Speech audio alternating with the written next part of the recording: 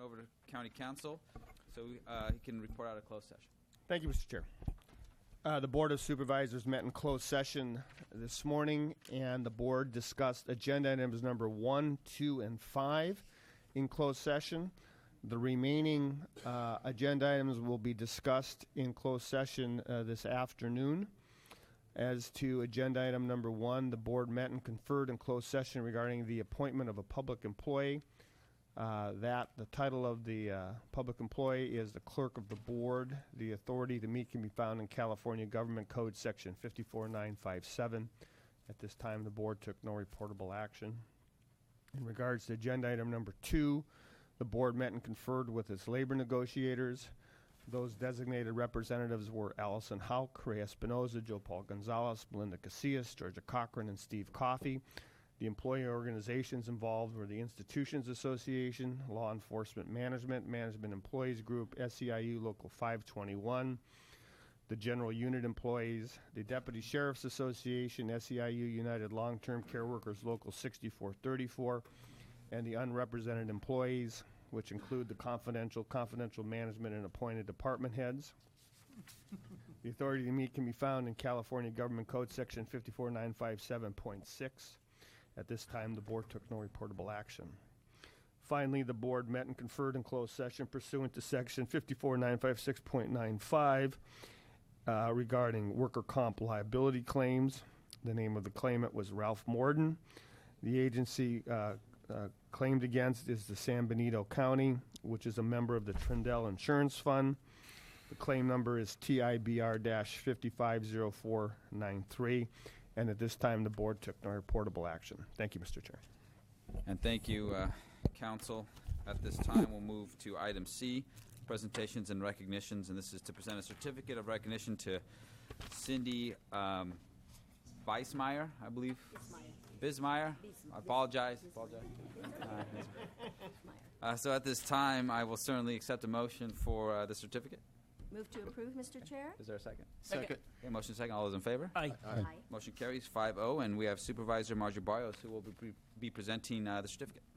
Okay, if Cindy could come up, please.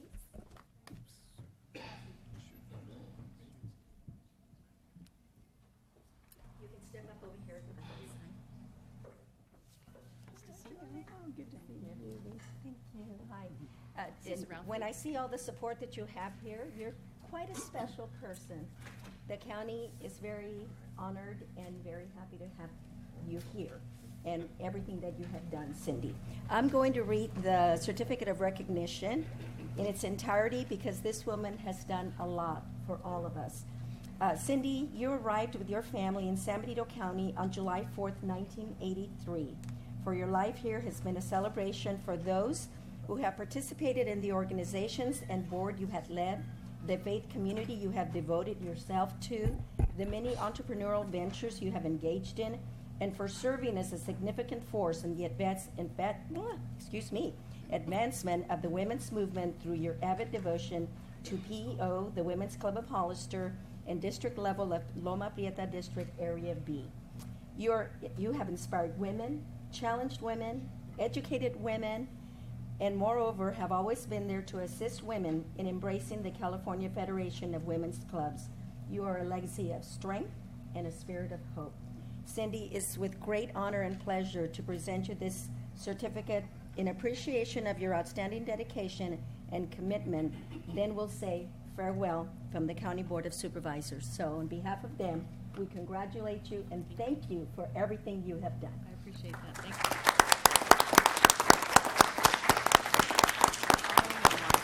Come on, just a few words. When I came here, I had 2 little kids and lived in a trailer while they were building our house in the summer, and I met Ruth Erickson, my first friend that I ever made. She said, come to Moms and Kids. A couple years later, why don't you be the president of Moms and Kids? I started going to a church, and you just fall into things because that's what we do. We volunteer. We don't expect any gratitude. Got busy with scouts because my son was a scout, and church, and Women's Club, and since 1999 I've been really pleased to be involved with this group of wonderful ladies. We do a lot of things in the community besides pink flamingos. How many have had a pink flamingo on your lawn? Oh, okay. Yeah. But just thank you for this especially Joan Sattler. She's the one that put all this together. I really appreciate it. My family's moving to Idaho, as many Californians are, I'm finding out when I go up there.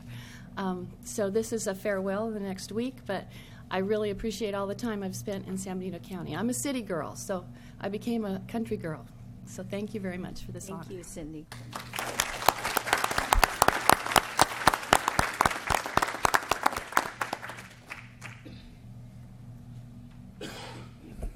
Okay, so moving on to item D, public comment. Madam Clerk, again, public comment. This is opportunity for any member of the public to address this board on items of interest not appearing on the agenda. No action may be taken unless it is provided by Government Code Section 54954.2. Madam Clerk, do we have any speaker cards? First speaker is Greg Lopez.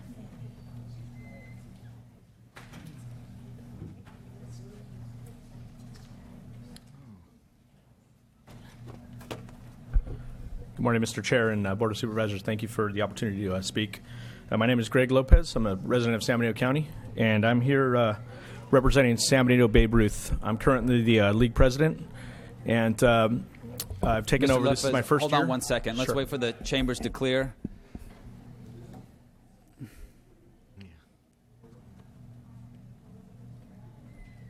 Okay, thanks, a little better.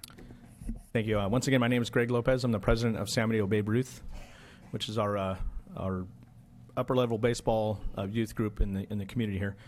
And I'm here today to ask the board for some help. Our field has really gone down the tubes the last few years, mainly because of a water problem. And that water problem has just trickled down and caused our field to basically for the grass to die. The weeds have taken over, and it is now unsafe to play.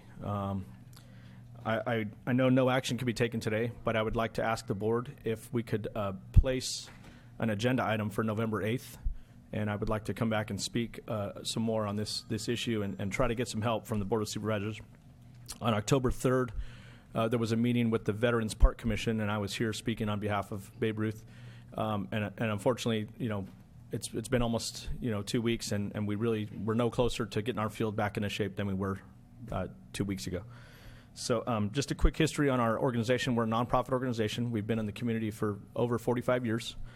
And, we provide baseball to ages 13 to 18-year-olds in the community. And we roughly have 200 to 250 kids any given season. And so that's a big deal. And my concern is that if we don't continue to provide a safe field to play on and a quality program, that those kids are not going to have a place to play baseball, and then they'll find something to do, and it may not be a positive thing. So I would just really like to ask for some help and partner with Babe Ruth to get this field up and running and to continue our program that we've had for so long in this county. So thank you for your time, and appreciate it. Thanks for your comments, Mr. Lopez. I think that I'll work with the CAO. Just at least at a minimum have a discussion item where we can talk about the issues, because I know I'm not aware of any of the issues, and I know that we have representation on the Vets Commission, so we could at least have a discussion item so we could at least talk about what's going on. Thank you. Madam Clerk? Yes, next speaker is Marty Richmond.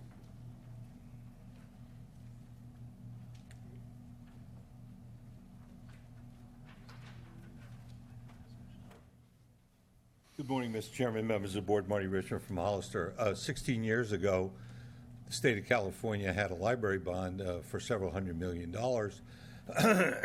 And in the end, they built or renovated 44 major libraries in California, and the state paid for 2/3 of it, and the local funds were only 1/3. We didn't win. We didn't even apply because we don't have a plan, and we still don't have a plan. And we didn't have the 1/3 set aside, and we still don't have the 1/3.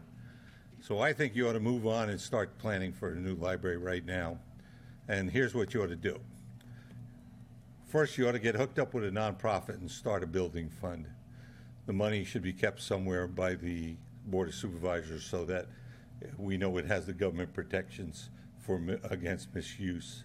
But we ought to start a building fund. If someone came in tomorrow and wanted to give you a check for a building fund, there is no building fund as far as I know. Someone could correct me.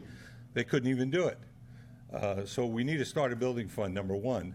Number two is You ought to get somebody looking at the land right next door where the old jail is and the two old buildings are as a perfect place for a library and see if it meets the seismic requirements, and we ought to do that right now. And if it does, if it passes that, you ought to pledge that land to a new library. So we would have the land, which is one of the requirements if there's a bond, and the second one is that we would have a fund.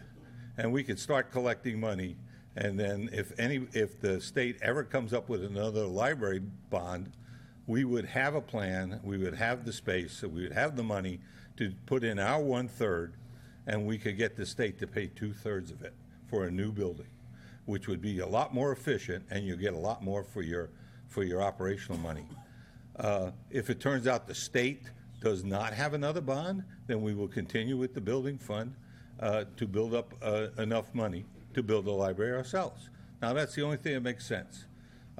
You guys can work out all the dirty politics, the political ins and outs about whether it'll be a municipal library, a county library, or whatever, however you want to do it. I don't care. But if we don't get ready, we're going to be in the exact position we were 16 years ago. The state's going to pass a library bond. We're not even going to apply, and then we're going to sit around for another 30 years. Now, the old library has lasted since the 1960s. That's a long time.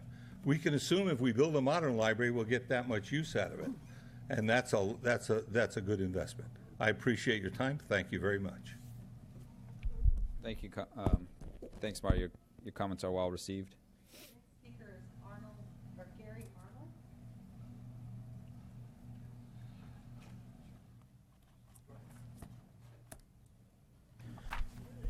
Gary Richard Arnold, Mayor, Councilman.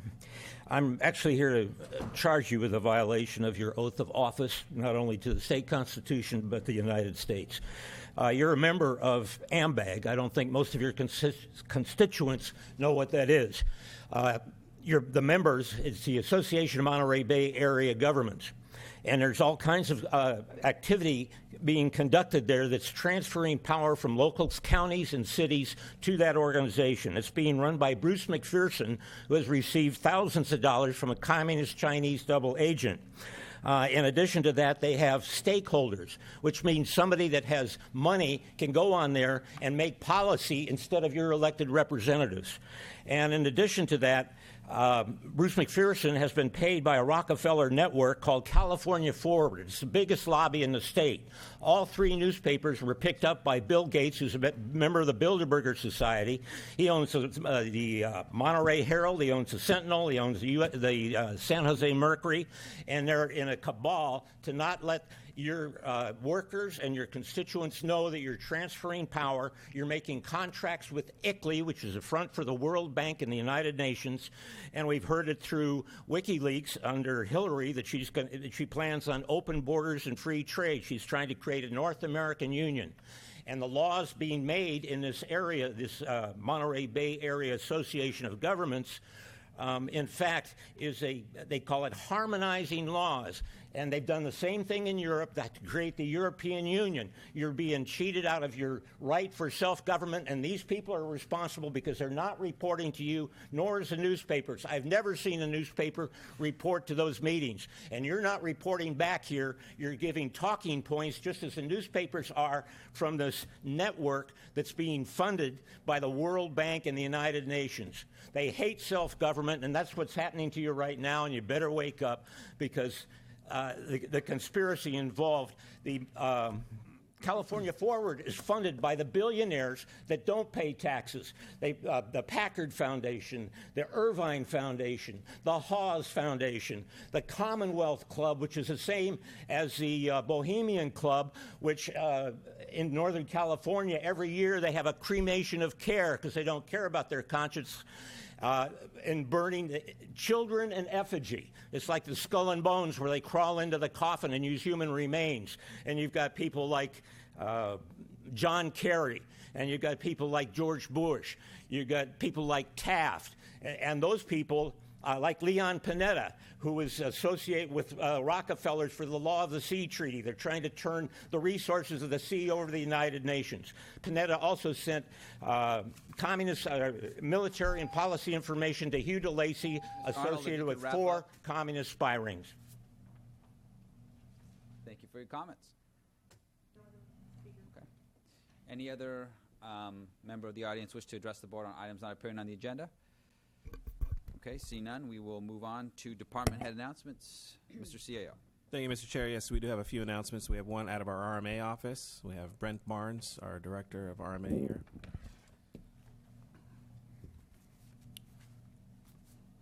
Good morning, Mr. Chairman, members of the board.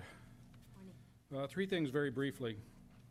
First of all, we had a comment from the public 2 weeks ago from the Quail Hollow and Oak Creek CSAs, and there was a request that we go out and meet with them about some issues that they had. I did have that meeting last Saturday morning. We spent almost 2 hours, I think. I lost track of time. There were a couple of dozen members there, and we agreed to have a continuing dialogue.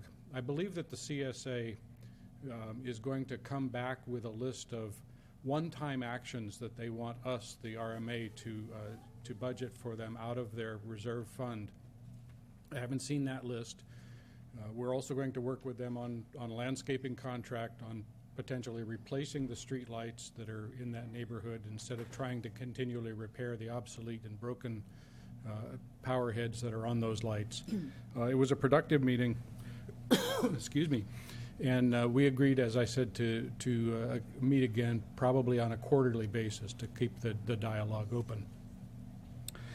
Two other things very quickly. I've signed and sent back. You'll recall that a few months ago that the board approved RMA director to sign a contract with the California High-Speed Rail Authority for a reimbursement agreement for planning work and engineering work around the potential extension of the high-speed rail through the northern part of the county. I've signed that contract. It's a funding source for a maximum of $100,000. And so we will be able to build the high-speed rail folks for any work that we do on that project review. And finally, a bit of very good news at long last, after months, perhaps years. The California tiger salamander habitat conservation program is in place, and we, the county, are now able to buy credits into that bank to proceed with several bridge projects and the John Smith Road realignment and some other projects that have been sort of hanging in the balance. I have a map of the habitat and the market area, and I will distribute that and leave some copies in the back. I forgot to do that before the meeting this morning. The habitat is actually in the northern part of our county and in the very southern part of Santa Clara County. It's a little tiny black speck on the map. And the market area where credits can be bought and sold includes probably a third of the state. It's huge. So I would encourage the board to think very soon about working into that program, because the credits are going to be limited and the price will probably be going up as the development community begins to weigh in on this. That's all. Thank you, Mr. Barnes. Mr. Chair? Oh, Supervisor Munzer? yeah. Okay, Brent, so what do we need to do to participate in this and to get, especially the John Smith Road realignment going forward, shovel in the ground, and the whatever bridge projects this will free up? So in the bridge projects, it's my understanding that the reimbursement projects, the federal reimbursement projects, the reimbursement will be available for the purchase of the credit so that the bridges can move forward. We have to work through the details of that with Caltrans and figure out how that is exactly done. It's not something that I've done personally, and it's not something that our institutional memory has here on staff. So we'll be working with the environmental consultants to get that done. John Smith Road is an entirely locally funded project, so we will have to create an MOU directly with or a purchase agreement directly with the Conservation Bank, which is a public entity, if you will, and purchase credits. I don't know how many we need offhand for that project. That's something we need to look into. We don't know the price, the market price at this point, but again, that's something that we'll come back to you with, and it'll be a part of the overall budget for that project. Okay. My comment would be I'd like to see that Absolutely. sooner than later, because Yeah, absolutely. that project has just been hanging fire for too long. Mm-hmm. Okay. Thank you, Mr. Chair. Thank you, Supervisor Barros. Was there another question? Yes, you have some maps, you said? Yes. You could give 5 of those to the clerk of the board, please, and maybe she can pass them out to us. I'd like to see them. Thank you. Thank you, Mr. Chair. Thank you, Brent. Sure. We also have another announcement out of administration. We have Louis Valdez, our management analyst, here to give your board a quick update regarding LSSI and also impact fees. Thank you, Mr. Chairman and members of the board. 2 things. Number 1, Library Services is here in Hollister this week. They were here yesterday. They are here today. Many of you, along with other stakeholders in the community, received emails inviting you to attend a kickoff lunch over at the, I'm sorry, I'm going to forget the name of the Running Rooster.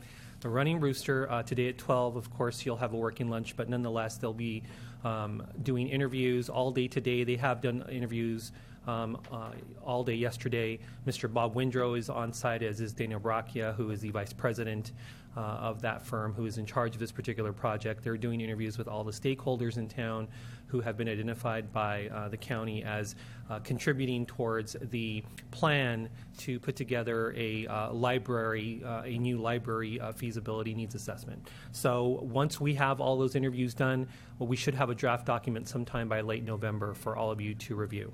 That's number 1. The other thing, of course, is to, as a reminder to the board, one of the issues that has been of primary importance with regard to the library are funding streams and where is the revenue going to come from to take care of that. I would like to remind the board that both the county and the city have instituted impact fees. The city most recently did that. The county has already done that. So we are in the process that we don't have a plan that's comprehensive just yet. However, hopefully by the end of this year, we will have that plan put together. One last thing, I know that this is the request that Supervisor Barrios made on the November 8th agenda. The Pajaro River Watershed District, I think, is going to make that presentation. So I wanted to make sure that the board is aware that they will be here presenting to the board on that topic. And that's all. Thank you, Louis. Thank you. That's all the announcements. Okay. My apologies, Mr. Chair. We do have a latecomer. Our auditor. Mr. Gonzalez. Good morning, Chair, Board of Supervisors. Joe Paul Gonzalez, County Clerk, Auditor, and Recorder. And today before you, as a Register of Voters, I wanted to make a couple announcements. One is that the Department of Elections has installed its first drop box, vote-by-mail drop box, in the alley in between the Hall of Records and the library. The alley has been changed permanently to one-way, come in from the 5th Street entrance to accommodate that voting, to accommodate the vote-by-mail drop box. We've had, yesterday we had 650 ballots, over 650 ballots returned. 70 ballots were returned in that drop box. So it's turned out to be, immediately people are using it, voters are using it, and it's a great convenience. You can actually drive, you don't have to get out of your car, you could just, insert the ballot right from the, the window of your car.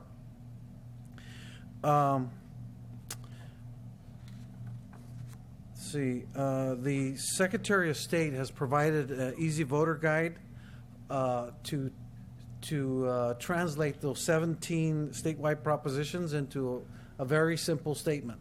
That voter guide can be accessed through the election website, which is sbcvote.us. It's a link from that website to the Secretary of State's office website. And just a reminder that Election Day is coming up, and that those people who have not voted to please be prepared by filling out your sample ballot and bringing that with you on Election Day to the polls.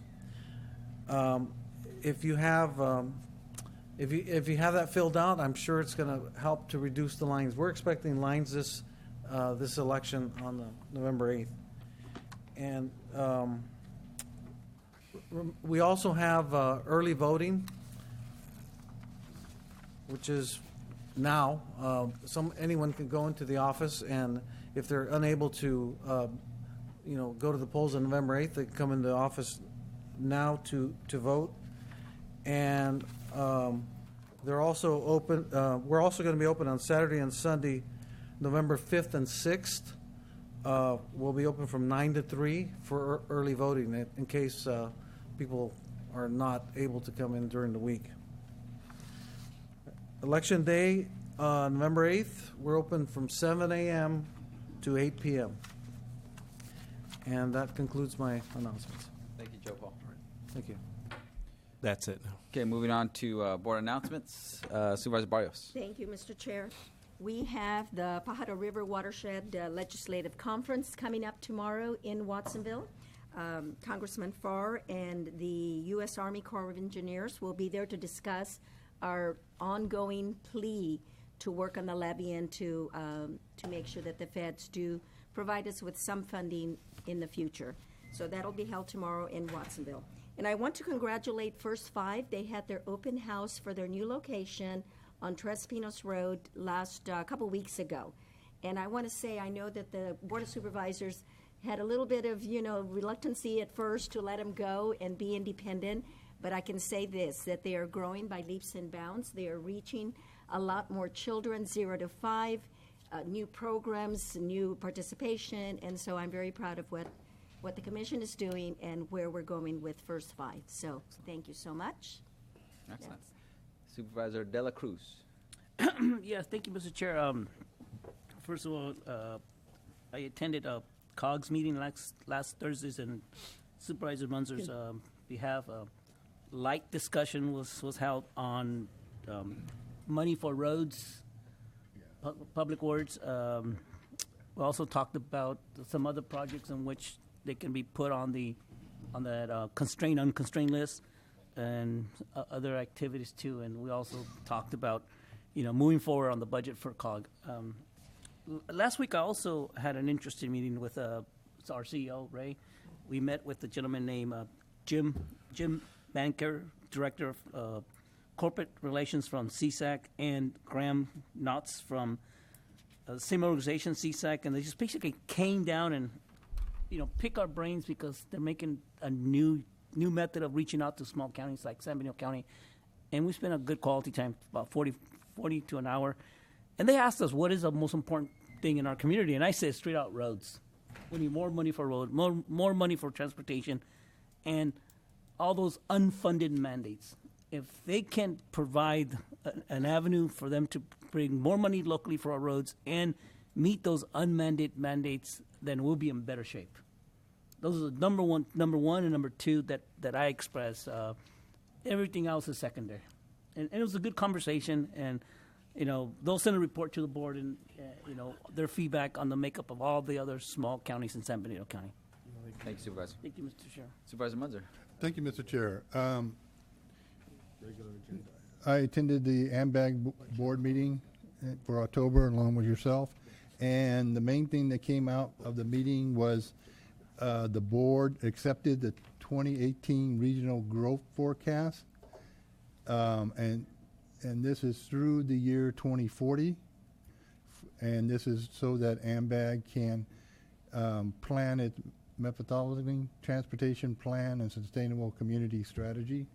And a couple of years ago, this was a source of contention locally for the city of Hollister, and I want to report that AMBAG staff met with the 3 planning departments, City of San Juan, City of Hollister, and our own San Benito County planning staff several times, worked out what the growth forecast would be, and it was unanimously accepted for the region by the board of AMBAG. Also, my wife and I had the honor to attend a retirement celebration for our outgoing Congressman Sam Farr. He had his staff both locally and from Washington, D.C. there. I was able to talk to several of them, and they are still hopeful that our Clear Creek bill, which is right now is kind of stuck in the Senate, will get passed before the end of the year. They are hoping to get that done for kind of a legacy for the congressman, and staff was optimistic that will get done. It may require a letter or two to a couple of the senators or phone calls, but we'll work that out. But it looks very hopeful that we'll still get that bill passed through. And the congressman asked for anybody in the room that had ever worked on his staff to come forward.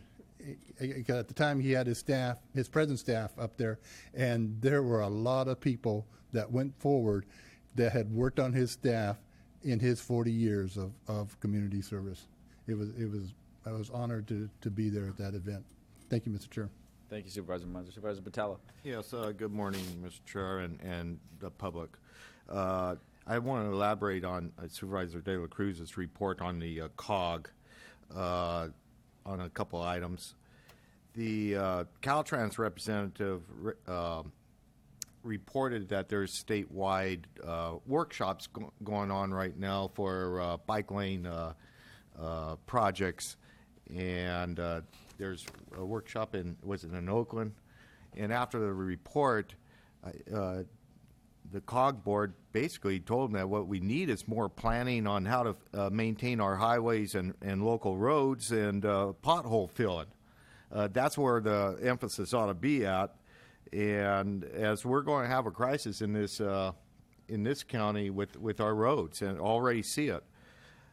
We talked about the some of the projects and how we could go forward with potentially very preliminary planning to go for a special tax to maintain our roads. I think we learned a lot from the last election, and we just have to do a better job as leaders, identify those projects that need to be done and the cost, and convey it to the public and see if we could get their support next time we bring it forward. And we also had some discussions about the regional transportation plan. We had a draft report, and we reviewed that. So that's basically the COG meeting. Thank you. Thank you, Supervisor. The only thing I have is I appreciate Marty's comments about the library earlier, and I really feel that certainly all of us on this board would rather be proactive than reactive. And so I think that I'll work with the CAO and with Mr. Valdez, our management analyst. I think that we do need to explore the possibility of establishing a planning a committee to at least begin and facilitate the discussion regarding future improvements, possible construction of an SBC library or learning center. I think that let's at least get people around a table to start planning on what it's going to take, preliminarily, to start this process. I think I don't think there's any harm in that, and it should become a standing a committee of the board. So let's go ahead and explore that. Okay, so moving on, consent agenda. It has been requested that I pull item 15. Is there any other items that any member of this board wish to pull? Is there any member in the audience that wish to pull an item on consent? Number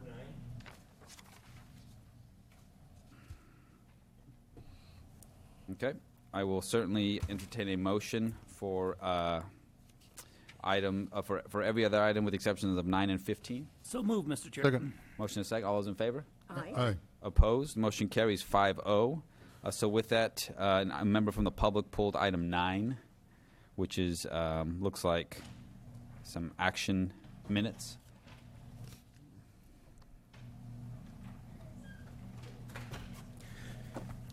Yes, I'm under minutes. I was wondering if the board actually puts the information from the reports, such as from AMBAG that we just heard, or if a speaker comes up for oral communication, if it mentions AMBAG and that there was oral concern about their concentration of power, whatever the issue happens to be, whatever individual from the public comes up, is it put into the minutes with their name, or does it disappear like most of the cities and counties so that it goes unseen and unknown?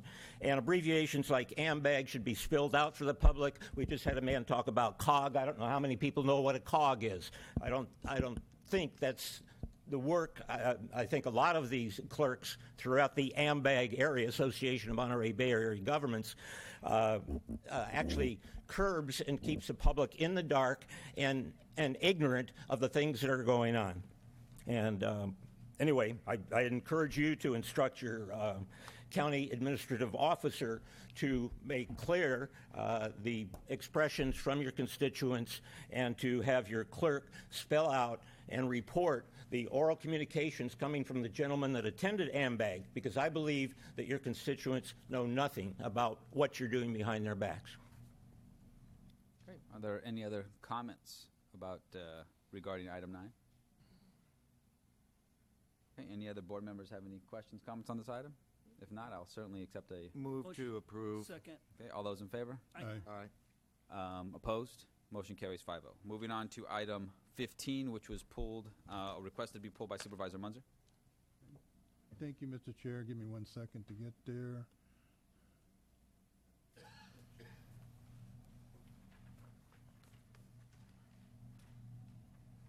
So my question is, looking at this, it looks like we're approving a contract of $35,000 and change for a software company, but we're having a not to exceed $17,497.50. What is put down as a 15% contingency. Chief, can you just address that? Yes, I can, Supervisor. Ted Baran, Chief Probation Officer. First, I apologize for the poorly worded agenda item. This is a 5-year contract with the first year at $35,650 and $20,250 each year thereafter for the next 4 years. 15% contingency of that amount is $17,497.15. So it's over a period of 5 years. Okay, thank you. And is contingency normally 15% or 10%? Or is that just that? Okay, that's not okay. All right. All right, and that was my only question. When I was reading this over the weekend, it was like, wait a minute, that 17,000 is 50% of the 35. So that was my only question. Any other questions, comments from any member of the board? At this time, I'll open up to members of the public. Questions or comments on item 15? See none, I'll bring it back to the board for decision. Mr. Chair, I'll move per staff recommendation. Second. A motion is second. All those in favor? Aye. Opposed? Motion carries 5-0. Moving on to the regular agenda, item 20. This is out of the Resource Management Agency.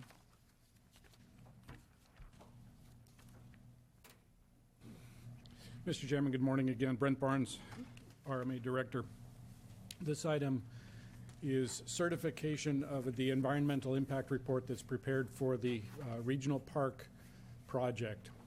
The park project consists of 3 major components. Creation of the park itself and a bypass road around the southerly part of the existing high school, potentially the abandonment, temporary and ultimately permanently, of Nash Road on the north side of the high school property, and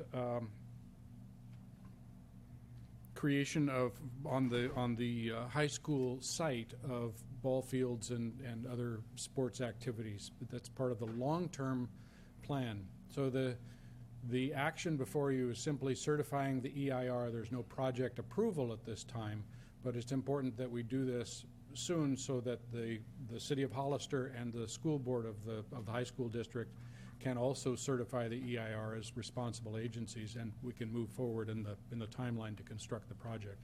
It's a very elaborate project. Some of you have been involved in the conversations and negotiation about how to who does what to whom and how that steps forward who steps forward first. Be happy to answer any questions. I believe that there's an amended last page to the resolution that you should have before you already, and Counsel is here to answer questions about that if you have questions. Questions from the board? Okay. You want to do the If I could just really quickly read the correction into the record to the resolution. We're the last paragraph, and I've put red line copies on your dais as well as in the back of the room. The clerk of the board has the clean copy of the corrected page for the chair to sign. We're adding the actual certification of the EIR to the be it further resolved that based on all evidence in the administrative record for the project, the San Benito County Board of Supervisors hereby certifies the County of San Benito River Parkway Regional Park Project Environmental Impact Report and directs the Resource Management Agency Director or his designee to file a notice of determination with the county clerk. Okay. Any comments from members of the board? This time, I'll open up to members of the public. Comments or questions? Seeing none, I'll bring it back to the board for decision. Move per staff recommendation. Second, Mr. Chairman. Motion second. All those in favor? Aye. Aye. Opposed? Motion carries 5-0. Thank you, staff. Moving on to item 21, this is out of County Counsel's office, a request of the Board of Supervisors, which is the adoption of a resolution opposing Proposition 64, marijuana legalization, or the recreational use of marijuana. Ms. Thompson.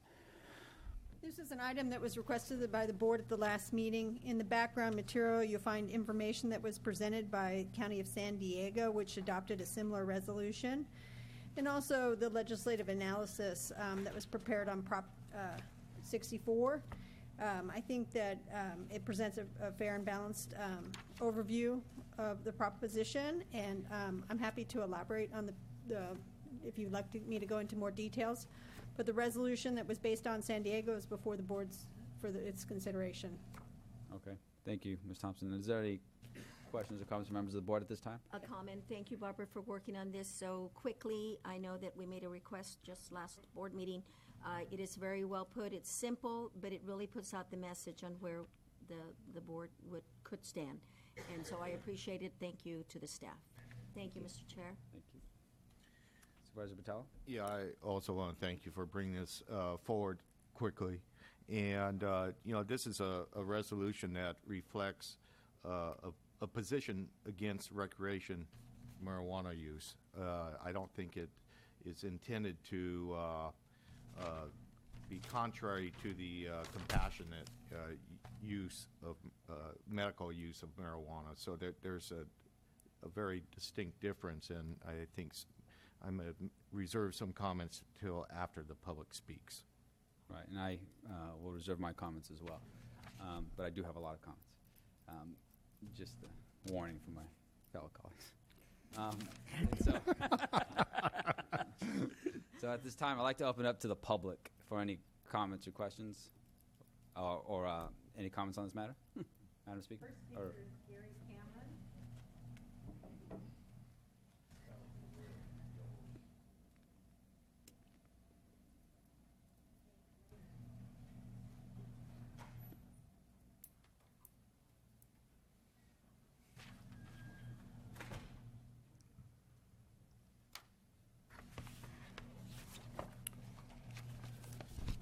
Mr. Chairman and members of the board, I appreciate the opportunity to talk for just a minute here. I've been a resident of Hollister for 43 years. I'm not being paid by anyone to be here. I'm not part of the $14 million campaign by the marijuana industry.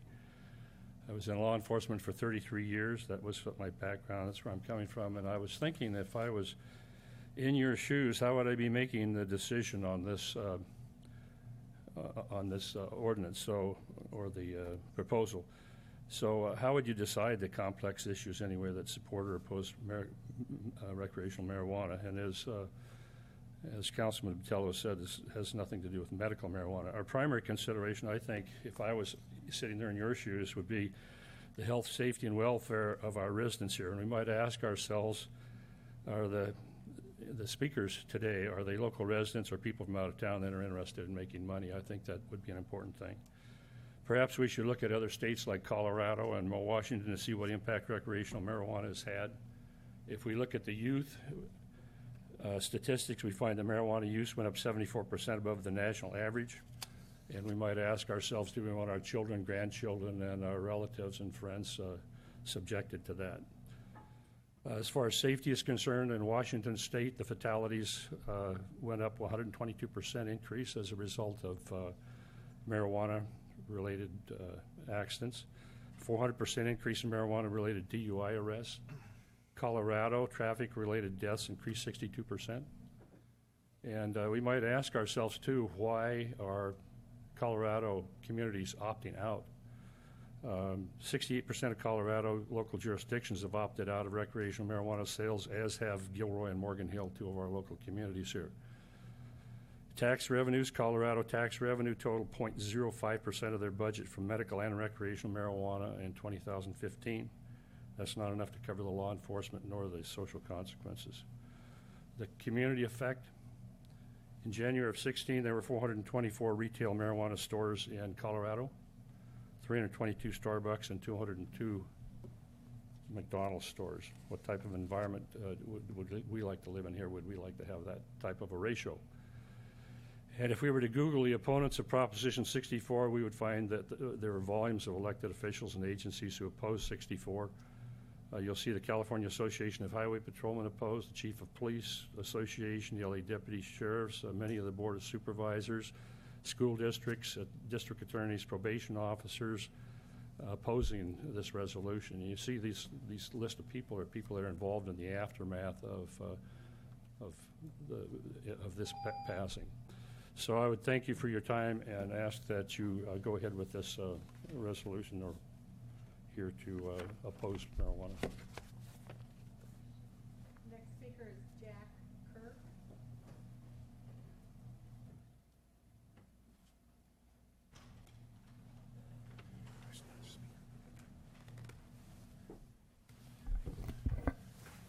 So thank you, Board of Supervisors, for the opportunity to come and stand before you and speak to you today. I am also a local resident. I guess I'm a newcomer. I've been here since '83, raised my kids here. I have 4 hay balers through the high school. A local businessman. I own 2 businesses here. And unlike a lot of people speak about Prop 64, I'm not being paid to do so. And I'm from here. I'm part of the residents for a drug-free San Benito County. While we recognize the need for safe access to medical marijuana, we also know that there's only about 1,000 to 1,500 medical card holders, and I found this out by talking to dispensaries up in San Jose as well as locally. So bulk of the people here are not medical marijuana card holders. We, however, are against the manufacture, growing, and dispensing of marijuana products within the county. I've learned a lot in the last 90 days meeting with Mayor Velasquez and others about marijuana, and I feel more fully informed. And I'm committed to help the medical marijuana community, help with safe access for those 1,000 to 1,500 residents. I personally hope in the next few years our medical institutions will study the medical properties, including proper dosing, doctors, and can properly and safely prescribe medical marijuana, as you talked about. Right now, it's kind of like someone's opinion. You ask a dispensary, and they say, well, because of our personal use, we feel that this is what they should take, and that's how people are dispensed now, So hopefully it'll go to the medical community eventually. But today we're here to talk about recreational marijuana. And I know there's a lot of advocating. Some are paid. I don't know. I know Sean usually runs around here, and he's paid by the medical marijuana industry, or the marijuana recreational industry, and he's paid to be an advocate for it, and most of the stuff that comes out of his mouth is pro. But we need to, we're just trying to encourage you to endorse a no vote on 64. And I've been through this community. I've passed flyers out in the streets. I've hung flyers on doors. I've talked to people. And I want you to know that a bulk of your constituents here are against Proposition 64. I have people coming up and thanking me, thanking for our advocacy against recreational marijuana. And I just want you to know that that's what your people are saying. Also, you need to understand that the support for 64 has dropped to, last poll was 51%, which means it's going down, and statewide. And I would encourage that if it's 51% statewide with areas in our big cities and stuff mixed into that, I would say that the support in San Benito County is going to be predominantly a no vote for 64. And so I think you should recognize what the local voters are saying, your constituents, and take their encouragement. Thank you for your time, and I appreciate your willing to deal with this matter today. Thank you. Next speaker is Dan Hudson.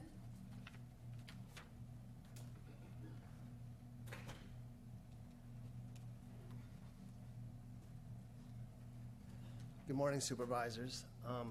First of all, I want to thank all of you for putting so much effort and time into this issue. All of you that I've heard spoke have kept an open mind about it, have looked into the possibility of legal cultivation. Once again, I just want to thank you for all the time you put into it. Now, I am a person that I started drinking beer when I was 16 years old. Fortunately, I didn't turn into an alcoholic. I started smoking pot when I was 17 years old. Fortunately, I'm not a heroin addict. These distinguished gentlemen that just spoke before, both of them are compassionate about medical marijuana, but are very, very much against recreational marijuana. Well, prohibition against cannabis has been in existence for 40 years. People have been demonizing marijuana for several reasons, their own personal reasons. Do we want our kids smoking pot at 14 and 15 years old? Of course not. But you can buy alcohol probably within this area right here at 80 different places. And anybody who thinks that marijuana is more dangerous than alcohol is wrong.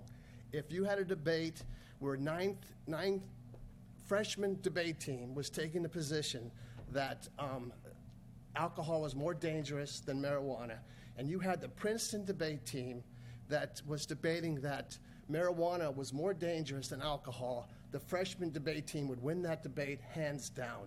Now, a lot of people don't want us to be able to smoke marijuana, but I don't think they have a right to tell a grown man, 62 years old, that smokes marijuana 2 or 3 times a week, that is against the law and he should be put in jail for it. That is archaic thinking. Prohibition is going to come to an end, whether you like it or not. Marijuana people should not be smoking marijuana, just like cigarettes shouldn't be smoked in public. But it's not going away, it's here. Millions of people enjoy marijuana every single day. Millions of people. Thousands of people are getting the medical benefits from it. It's time to end prohibition. It's time to take people out of jail for smoking pot. I know California doesn't put too many people in jail anymore, but the number one reason people are in jail in the United States is because of cannabis. Number one reason. So I'd like some people to stop and think a bit that marijuana is not the devil's weed. And I think 100 years from now, people will say, they used to put people in jail for cannabis. And now cannabis is not the devil's lettuce, it's God's gifts to many people. Thanks. Next speaker is Marty Richmond.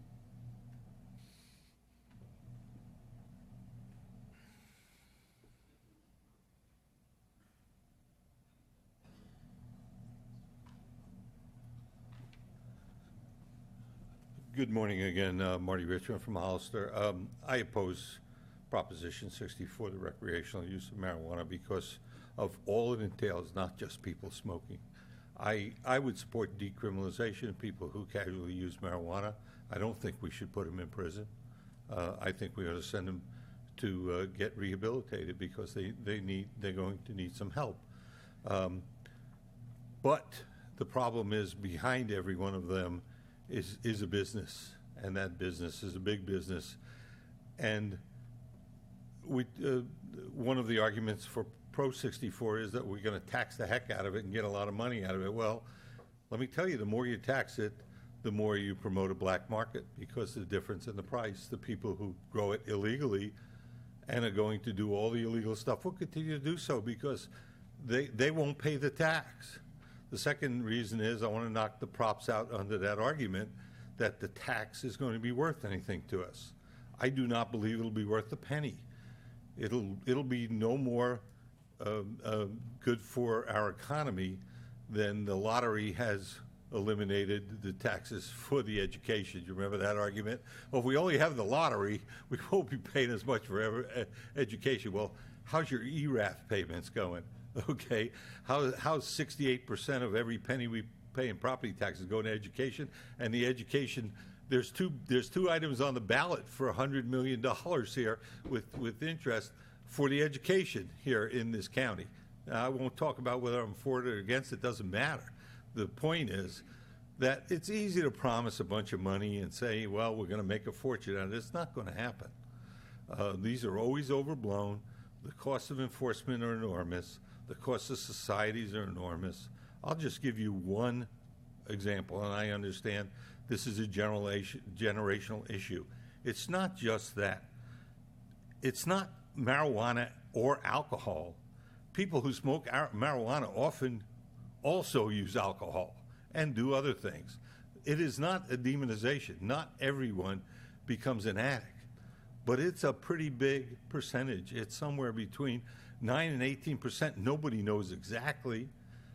And we all know what problems alcohol is. So when people come up and say, well, it's no more problematic than alcohol, the answer to that is duh. Okay, alcohol is a big problem. You look at all the problems we have with alcohol, you see it's a big problem. So we don't need this on top of alcohol. That's my argument. So I don't consider anybody who smokes marijuana a demon, and I don't consider them an arch criminal.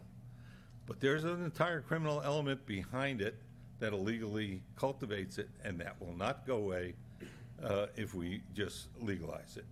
And it will continue. Thank you for your time. Next speaker is David Nicholson.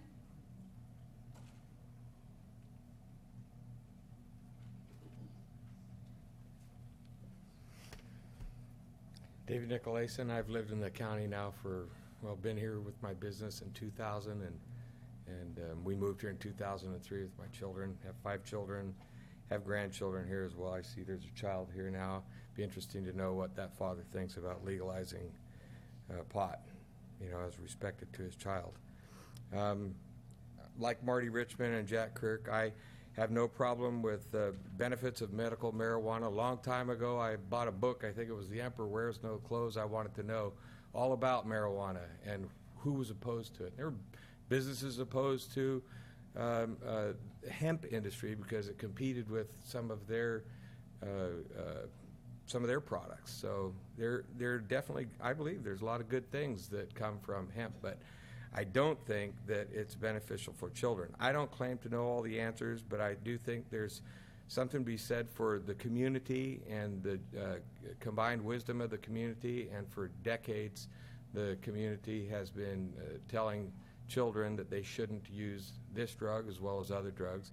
I have a personal story in my business. I had a business partner who had a drug problem, a dependence problem. He told me that he started out with marijuana, and in his case, like many others, he was told, hey, it's okay, marijuana. But marijuana led to other things, and in his case, he became addicted. And some people do. They became dependent on the psychological, and then they wanted more, and he moved, like many do, to other types of drugs. You know what happened? He's lost his wife. He's lost his house. He has no job. He's homeless right now. I keep in touch. I just talked to his wife a couple of days ago because we sent him checks, and he hadn't been cashing them. I wanted to know, is he alive or dead? How's he doing? I oppose the legalization, and hope you will too. It's not good for our community. I know we have economic problems. I empathize with those problems. I think we need to find some solutions. I'm not here to say I have any solutions to those problems, but I'm committed to finding those solutions. I put roots down in this community, and I will be here, and I intend, and I think about the economy, but I don't think this is what we need for our economy. So I'd encourage you to take a position against it. If for nothing else, you don't want to be known as the board that couldn't stand for doing something that was right, and that let the future generation say, man, back in 2016, that board made the wrong decision. That wouldn't be a good decision for for posterity, for history. Thanks. Next speaker is Noel Hesterman.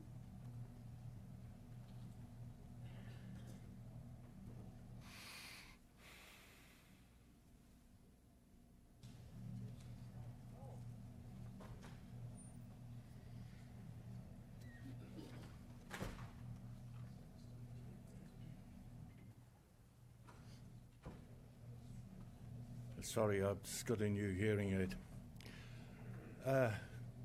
Thank you for your time. I was born in Africa, Southern Africa. I moved up to Rhodesia, now Zimbabwe.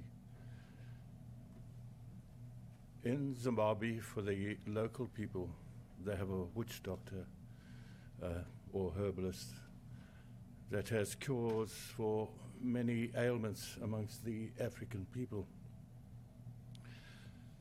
I have never seen marijuana.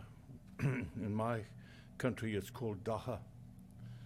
I've never seen marijuana prescribed by the witch doctor for healing. I came here with the blessings of the Lord. Then my daughter came and she married an American. I'm grateful to be in this great land. I'll tell everybody, nowhere in the world will you find a country like America. In all countries you have good and bad. I had a very close young man, very dear to me. Came here, we play rugby here, you play football, so he played for the high school. And I watched him, excellent sportsman. Today, he is, I find that he's not the same young man that I loved and cherished. Today, he has a card for medical marijuana. I don't think he can get a job. He goes, and if you're drug-free, you can get a job, otherwise you don't. I'm saddened to come to this great country and see things like this happen, which is a serious matter in my mind. And I pray the Lord will bless this young man that I'm so fond of, and bless you in your decisions to make right decision. Marijuana, dacha, to me, is not good. I pray that we might listen and hear what is spoken here today, and I thank you for your time. Next speaker, John Starkweather.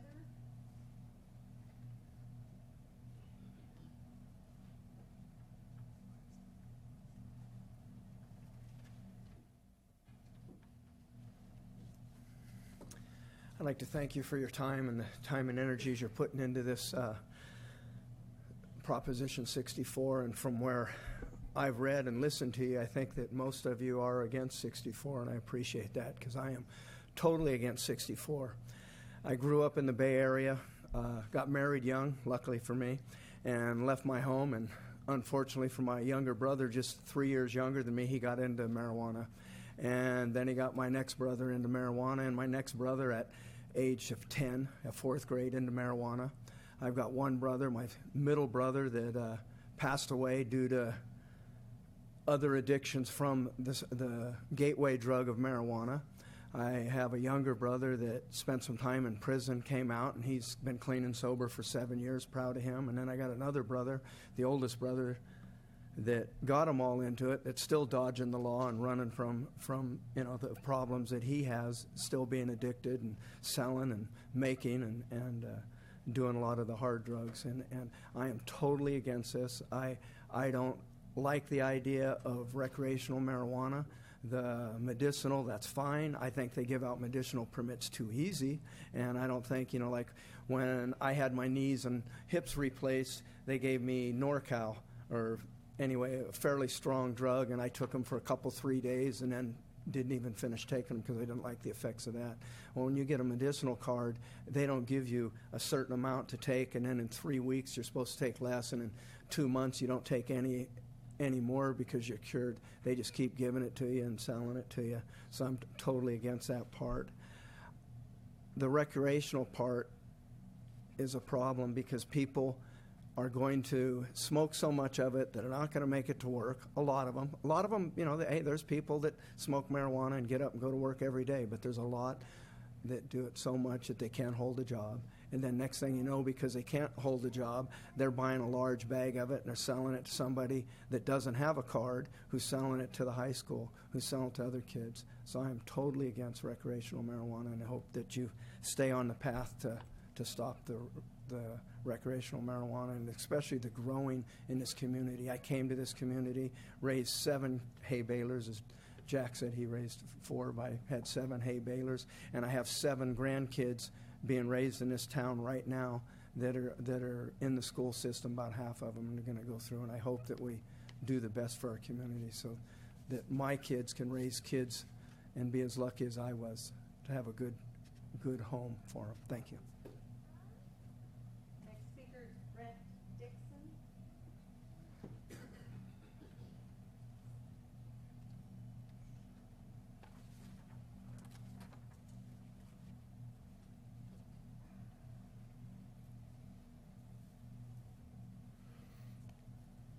Thank you for thinking about this carefully and listening to the comments of the community.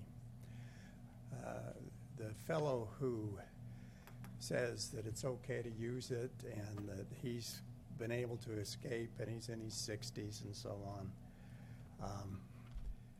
I think is somewhat of an aberration.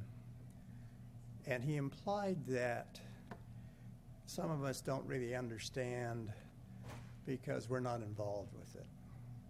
And perhaps that applies to you. I doubt that any of you are involved with it directly. But I have a brother. He went to dental school, became a dentist. He had a wonderful career going, fine family, active in the community. And then for whatever reason, he started to prescribe himself some drugs. And these drugs were to help him lose weight. He thought he was overweight. Being a dentist, he could write them out. Well, unfortunately, his chemistry was that he got hooked. Got hooked on those weight loss drugs, and then he started to, and that was illegal. So then he went to alcohol.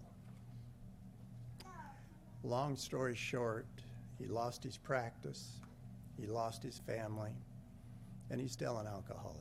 He's in his 60s. That happens. The numbers, according to the study we have on marijuana, is that 1 in 6 of the young people that start will become addicted. And I'm sure it's more than 1 in 6 that'll change their lives. So this is an important moral issue for this county and community. And I would encourage you to support a vote no on Prop 64 for the good of the community, for the good of your families. I have 2 children and about 10 grandchildren and great-grandchildren that live here. And I don't want that influence in their lives any more than it's going to have to be. So thank you, and I would encourage you to vote no. Thank you.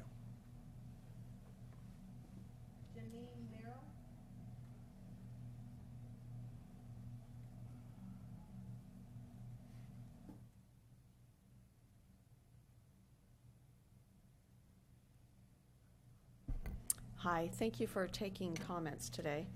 I have been living here since June of 2000.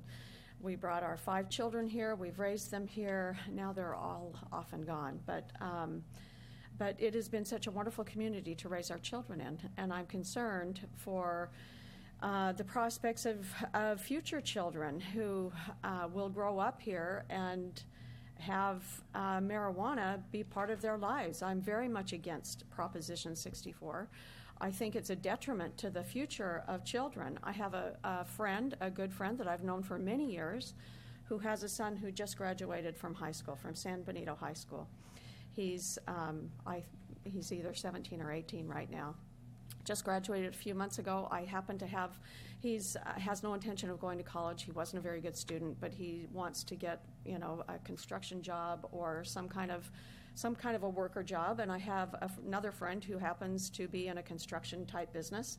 I connected them together and got this young man an interview to get a job, and they offered him the job, and he said, It was a great entry-level position at $15 an hour with prospect to become a supervisor and to work his way up. And he was concerned about the drug test. And he talked to this friend of mine who offered him the job. He said, I don't think I won't pass the drug test. And my friend offered him help. I can, to help to be able to accept the job. And he said, no, I'm addicted to marijuana. And he declined the help because he didn't want to stop taking marijuana. So what kind of a future does this young man have where he has been offered a job, a good paying job, good entry-level job that will lead him to a career, and he's not willing to take it because he doesn't want to give up the marijuana? I think it's a serious problem when these young kids get involved in this and it's available to them in the community. And I think it's a really bad message. And I would encourage you to vote no on 64. Thank you. Barbara Saunders.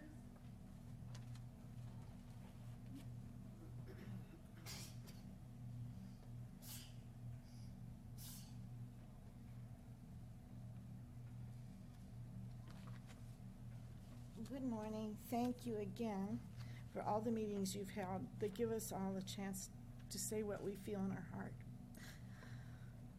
I am the mother of a almost 44-year-old addict, and he was first offered marijuana in kindergarten in San Jose in grade school.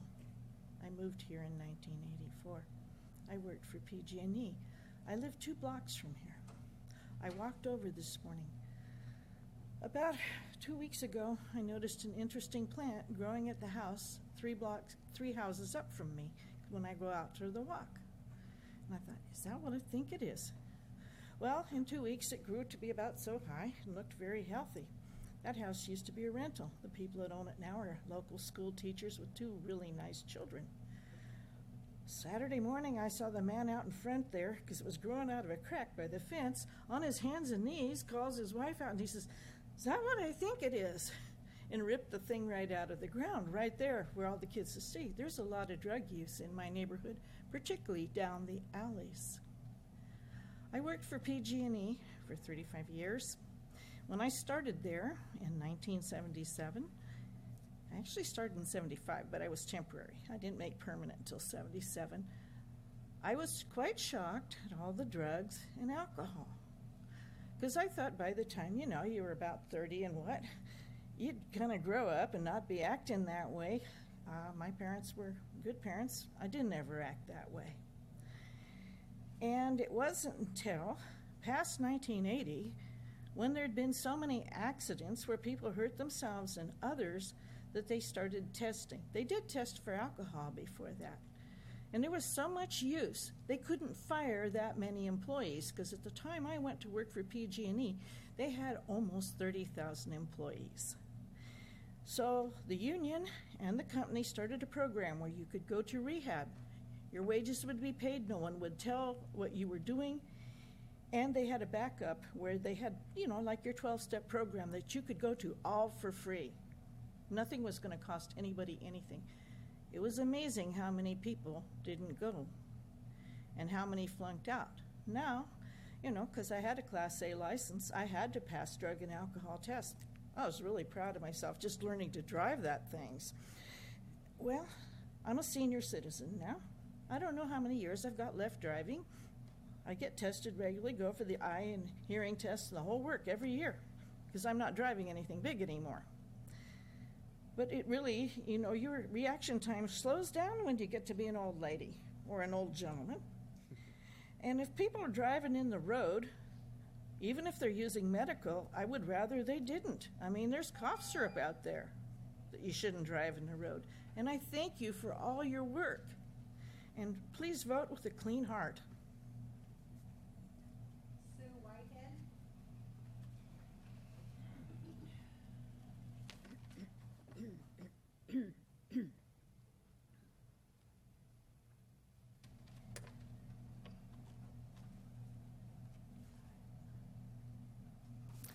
Good morning. My name is Sue Whitehead. I live in Hollister. And I would encourage you to endorse a no on Prop 64. I have attended all the City Council meetings. I've met with Councilman and Mayor Velasquez. I've done a lot of research. And it is not something we need in our community. We moved here because it's a nice community. It's a family community. Prop 64 creates more problems than it solves. It's flawed. It permits marijuana advertising on TV, allowing for prime time and family viewing. Our high school has 3,000 pupils. We need to protect our children and our grandchildren. It's true what a gentleman said here this morning. 1 in 6 will be adversely affected by marijuana. They will go on to other drugs. They will not graduate from school. They will not go on to higher education. Prop 64 does not include any DUI standard for marijuana. In other states, Washington and Colorado, for example, driving under the influence of marijuana has increased and fatalities have gone sky high. Please vote no on Prop 64. Thank you.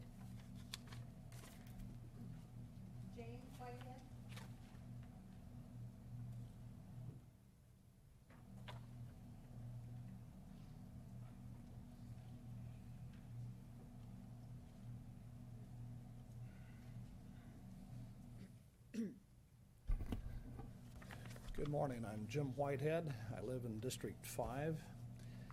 I really enjoy having moved here to Hollister. I'll make this short. The last couple of months I've been very interested to understand more about the whole issue of marijuana, both medical and recreational use. And I do applaud your position to oppose Proposition 64.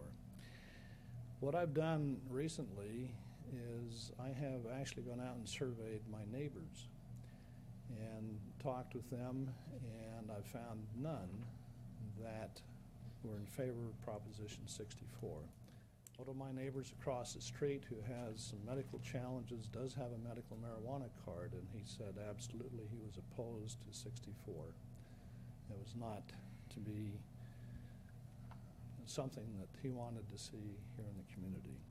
So again, thank you for all your time. I think we probably don't have any full appreciation of all that you do, so thank you again. And again, I would encourage you to support a no on 64. Thank you.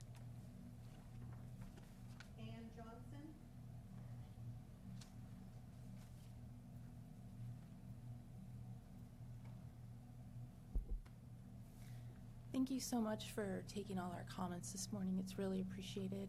My name's Annie Johnson. I've been I've been a resident of Hollister since 1997.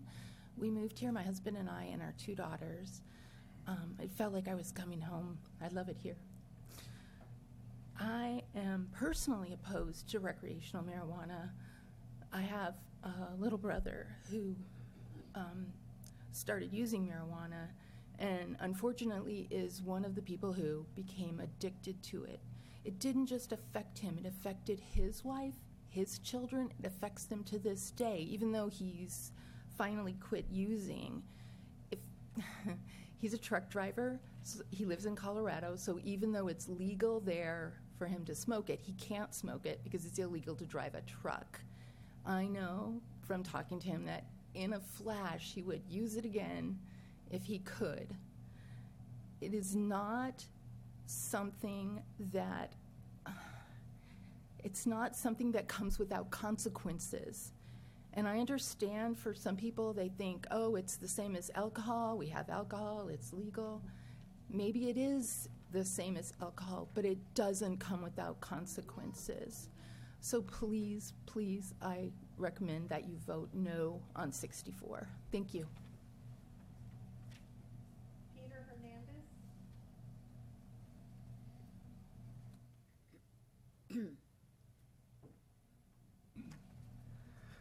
Hello, Chair, members of the board.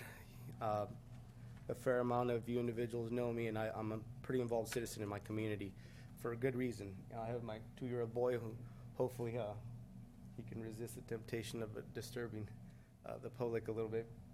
But the reason why I brought him is because as a father, I mean, I'm really involved with my child, and it's a really deep conviction in my heart why I get involved in my community. I really believe that we have to preserve posterity. We have to get involved and be proactive. You know, the vision of the community really relates to what we want to see our community look like down the road. And I personally, I've grown up in that time where marijuana was always a cultural thing. It was always a cultural influence. And recreation was always relative to enjoying, right? And enjoying, as far as recreation, is always a good thing. But when you consider a drug and then making it legal and considering that a recreation, I don't see how that narrative makes sense to the culture, to the health of a community. I honestly don't. And I understand it. In this great country, we have the freedom, you know, especially now with the laws that, you know, the 3 laws that already protect medical marijuana. The individuals that use it for their good reasons, and they have the conviction to use it, there's no sense in demonizing or making them seem less than. That's not what this is about. It really isn't. This is just about protecting the culture of our community. I'm part of a local, our local gang prevention committee, which some of you individuals are too. And it was hard to ignore the study that talks about how the law in Colorado that was passed was specific to adults, yet it still somehow affected the youth. It showed how the stats doubled the amount of youth that actually ended up using marijuana. And that's a scary thing because the law wasn't even necessarily supposed to cater to them, yet somehow it affected them. So whether we like it or not, you know, eventually everything bubbles over. And what we have to ask ourselves, what do we want to see in our community? I firmly believe, I was born and raised here, and I firmly believe that our community is a very family, very loving, caring, and nurturing environment. There's a lot of volunteers here that really care about this community. I would hate to see that fabric broken down by a drug, by it making it a recreational thing, right? The drug that's being used for medical purposes is a separate topic. This, in a recreational component, I think it's a disaster waiting to happen. I struggled with it growing up. I smoked it once, and it was a hard thing for me to deal with one time, let alone having it to be a cultural thing, because it was pressed upon me throughout my junior high to high school years. And literally I had to be very countercultural in that sense, where I had to say no, and I was very involved in working out. I was, working out was kind of my redirect. and it was a very hard thing, but I had to say no mentally, and the decision finally came where it became easier and easier. So can you imagine what our kids have to deal with them saying no now, and now the law actually says yes. Fine, it doesn't say yes to adults supposedly as the law is written, but it doesn't matter. The law is still saying yes. And that's why I firmly believe that we do oppose Prop 64. Dennis Whiteman?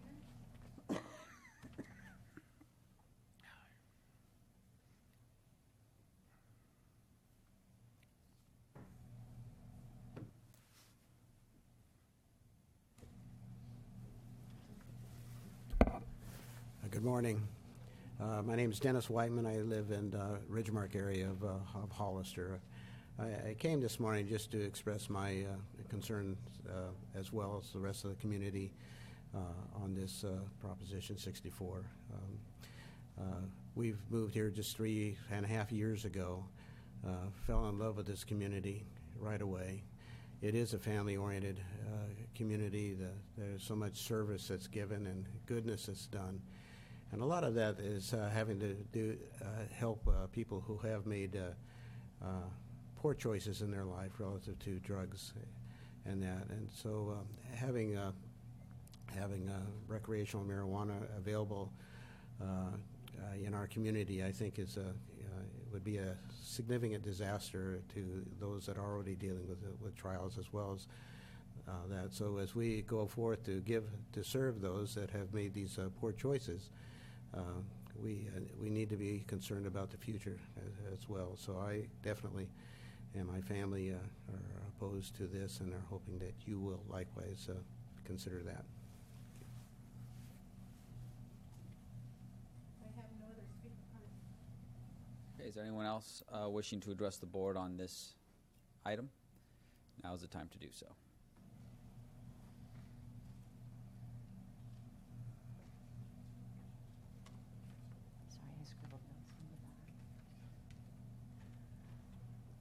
Hi, my name is Wendy Crewley. Thank you for the opportunity to speak. I've been a resident of San Benito County for 16 years now. We moved out here because I've always wanted to live in a small town, raise my family there. We brought my daughter here when she was 6 months old. I had my son here 12 years ago. We love it here, and we love the family-oriented community. I don't want to speak so much to recreation as I do medical, and my concern that many folks here, while not being paid to speak on any side, have been directed by their church to do so. I would love to take a show of hands at how many people belong to one particular church. I would also like to point out that they have worked with the City Council to use Prop 64 as a bellwether measure for medical. So it does affect medical users negatively. This drug, cannabis, has been nothing short of a miracle in my family for me. I have lost family members to alcohol and pill overdoses. I have lost friends in my support group with my disease, ankylosing spondylitis, to pill overdose, accidental pill overdose, taking their drugs as prescribed by their doctors. I do not want to become that statistic. This particular medication allows me to manage my life in a healthy manner. I don't have to take heavier drugs that pose a risk to my health. I am still able to participate in my children's life. I'm not a criminal. I've never broken the law. I am a tax-paying citizen. I have excellent values. My daughter is a 4.3 GPA at the high school. She's a Baylor. She's part of the Ivy League project. She has a job. She is a certified lifeguard. She's 16 years old. We have strong values in our home. I don't want to speak to recreational. I do just want to point out that a lot of numbers you're hearing here today are dated. I'm concerned about this, and I'm concerned that Prop 64 is being used for future against medical use here. They've already shown before this discussion came up that they did not want a medical dispensary here. They don't want it here at all. So I appreciate the opportunity to speak. Are there any other comments on this item?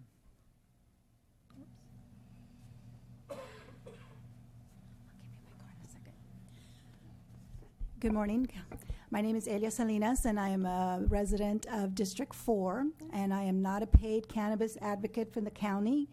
And unfortunately, Sean Donahoe is not here to speak for himself, so I won't answer, but I do know he hasn't gotten any money being here in this county.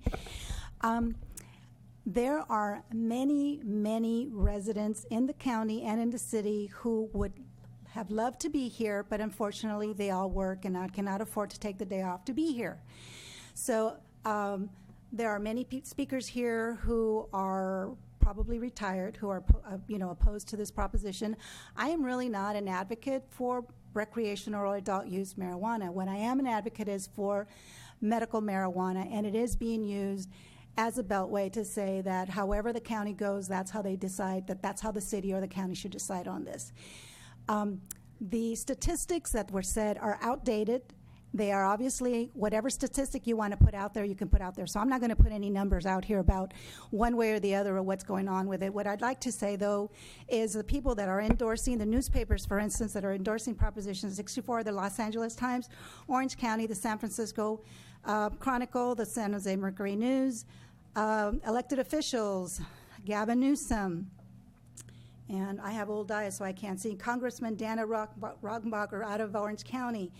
We have Congressman Sam Farr, who's been an advocate in the Capitol for the medical marijuana industry. That is why no longer there is federal funds being released to states of medical marijuana to be used against medical marijuana states for enforcement by the DEA. So that's one of the things that we're going to miss with Sam Farr going out, and I hope that whomever takes his place will continue to do so. We have the California Democratic Party that's endorsing 64, the ACLU of California that's endorsing it as well.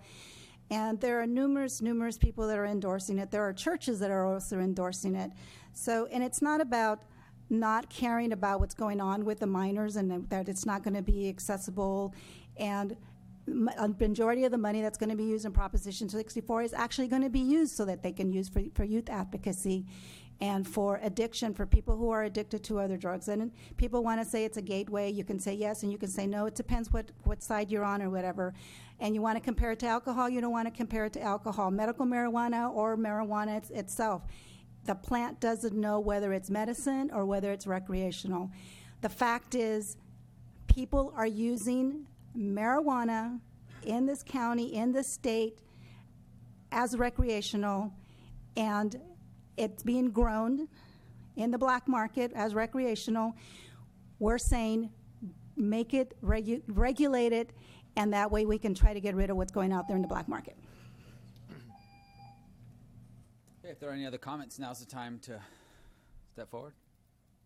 See none, we'll close the public comment period. Oh, we have. Nope. Okay. Okay, I'll bring it back. I know that I was very brief in my introduction, so if the board will allow, I'd like to just do it like a 2-minute synopsis, a very high-level overview of the proposition, if that would be agreeable. If you feel it's necessary, that's fine. Yeah. So I just want to say that it's a very in-depth proposition. There's a lot of detail in it that somebody can go through and find out the different provisions. But generally, the county may not prohibit the cultivation of less than 6 plants inside a house or an accessory structure that's fully enclosed. The county may regulate cultivation outdoors if this does pass. When we bring back our marijuana cultivation ordinance at the next board meeting, we're going to again take a look at how our ordinance would be affected should this pass. The provision does have, the proposition does have provisions that you cannot smoke marijuana in a public place where tobacco smoking would be prohibited within 1,000 feet of a school. You cannot have it open in the car, and you cannot manufacture it without a license using a volatile substance. It would still be illegal to drive under the influence of marijuana. There's different provisions in the ordinance that establishes a Bureau of Marijuana Control, which is renamed from the Bureau of Medical Marijuana Regulation that's currently has been formed. It has provisions about medical information that's held by the state and by the county being considered medical information and not being disclosed pursuant to a public records request. Licenses under the new law, if it's passed, should be issued by January 1st, 2018. There'll have to be regulations established. There'll be a advisory committee established. There's provisions about enforcement. There's going to be an appeal panel to hear appeals arising out of the new law. It establishes various types of licenses. If you go to page 187 of the actual text, when you print it off the internet, it establishes a different type of licenses. A licensee cannot be somebody that's a retailer of alcohol or tobacco. Cultivation must be in compliance with local laws, so it does have some local, it enables local entities to still regulate. The law has provisions regarding packaging and labeling, restrictions about selling and providing to minors, advertising requirements, record keeping, track and trace. It does have a funding mechanism in that it establishes a tax of 15% on gross receipts of dispensaries, and it also has a cultivation tax on flowers and leaves of marijuana that's cultivated. And then it has extensive provisions about the criminal provisions, the different provisions based upon whether somebody's under 18, between the ages of 18 and 21, or over the age of 21, based upon the amount of marijuana that person possesses. It also has provisions regarding unlawful cultivation, possession for sale, unlawful transportation. Let's see. They also have provisions that I'm not going to get into right now on page 204 about the violations if you possess for purposes of sale on a school premises, which vary between if you're under the age of 18 or over the age of 18. They have provisions about how this affects parents' independency proceedings if they are using it for medical purposes. Let's see. So it's very broad, and I think that is like the very overview, but we'll probably talk more about how it relates to county government and our local ordinance at the very next meeting. Sure. So Thank you, if Barbara. there's any questions, please let me know. Any final comments, questions, members of this board? Supervisor Botelho? Yeah, thank you. Well, I want to thank everybody for taking the time this morning to come out, sharing your thoughts and your experiences.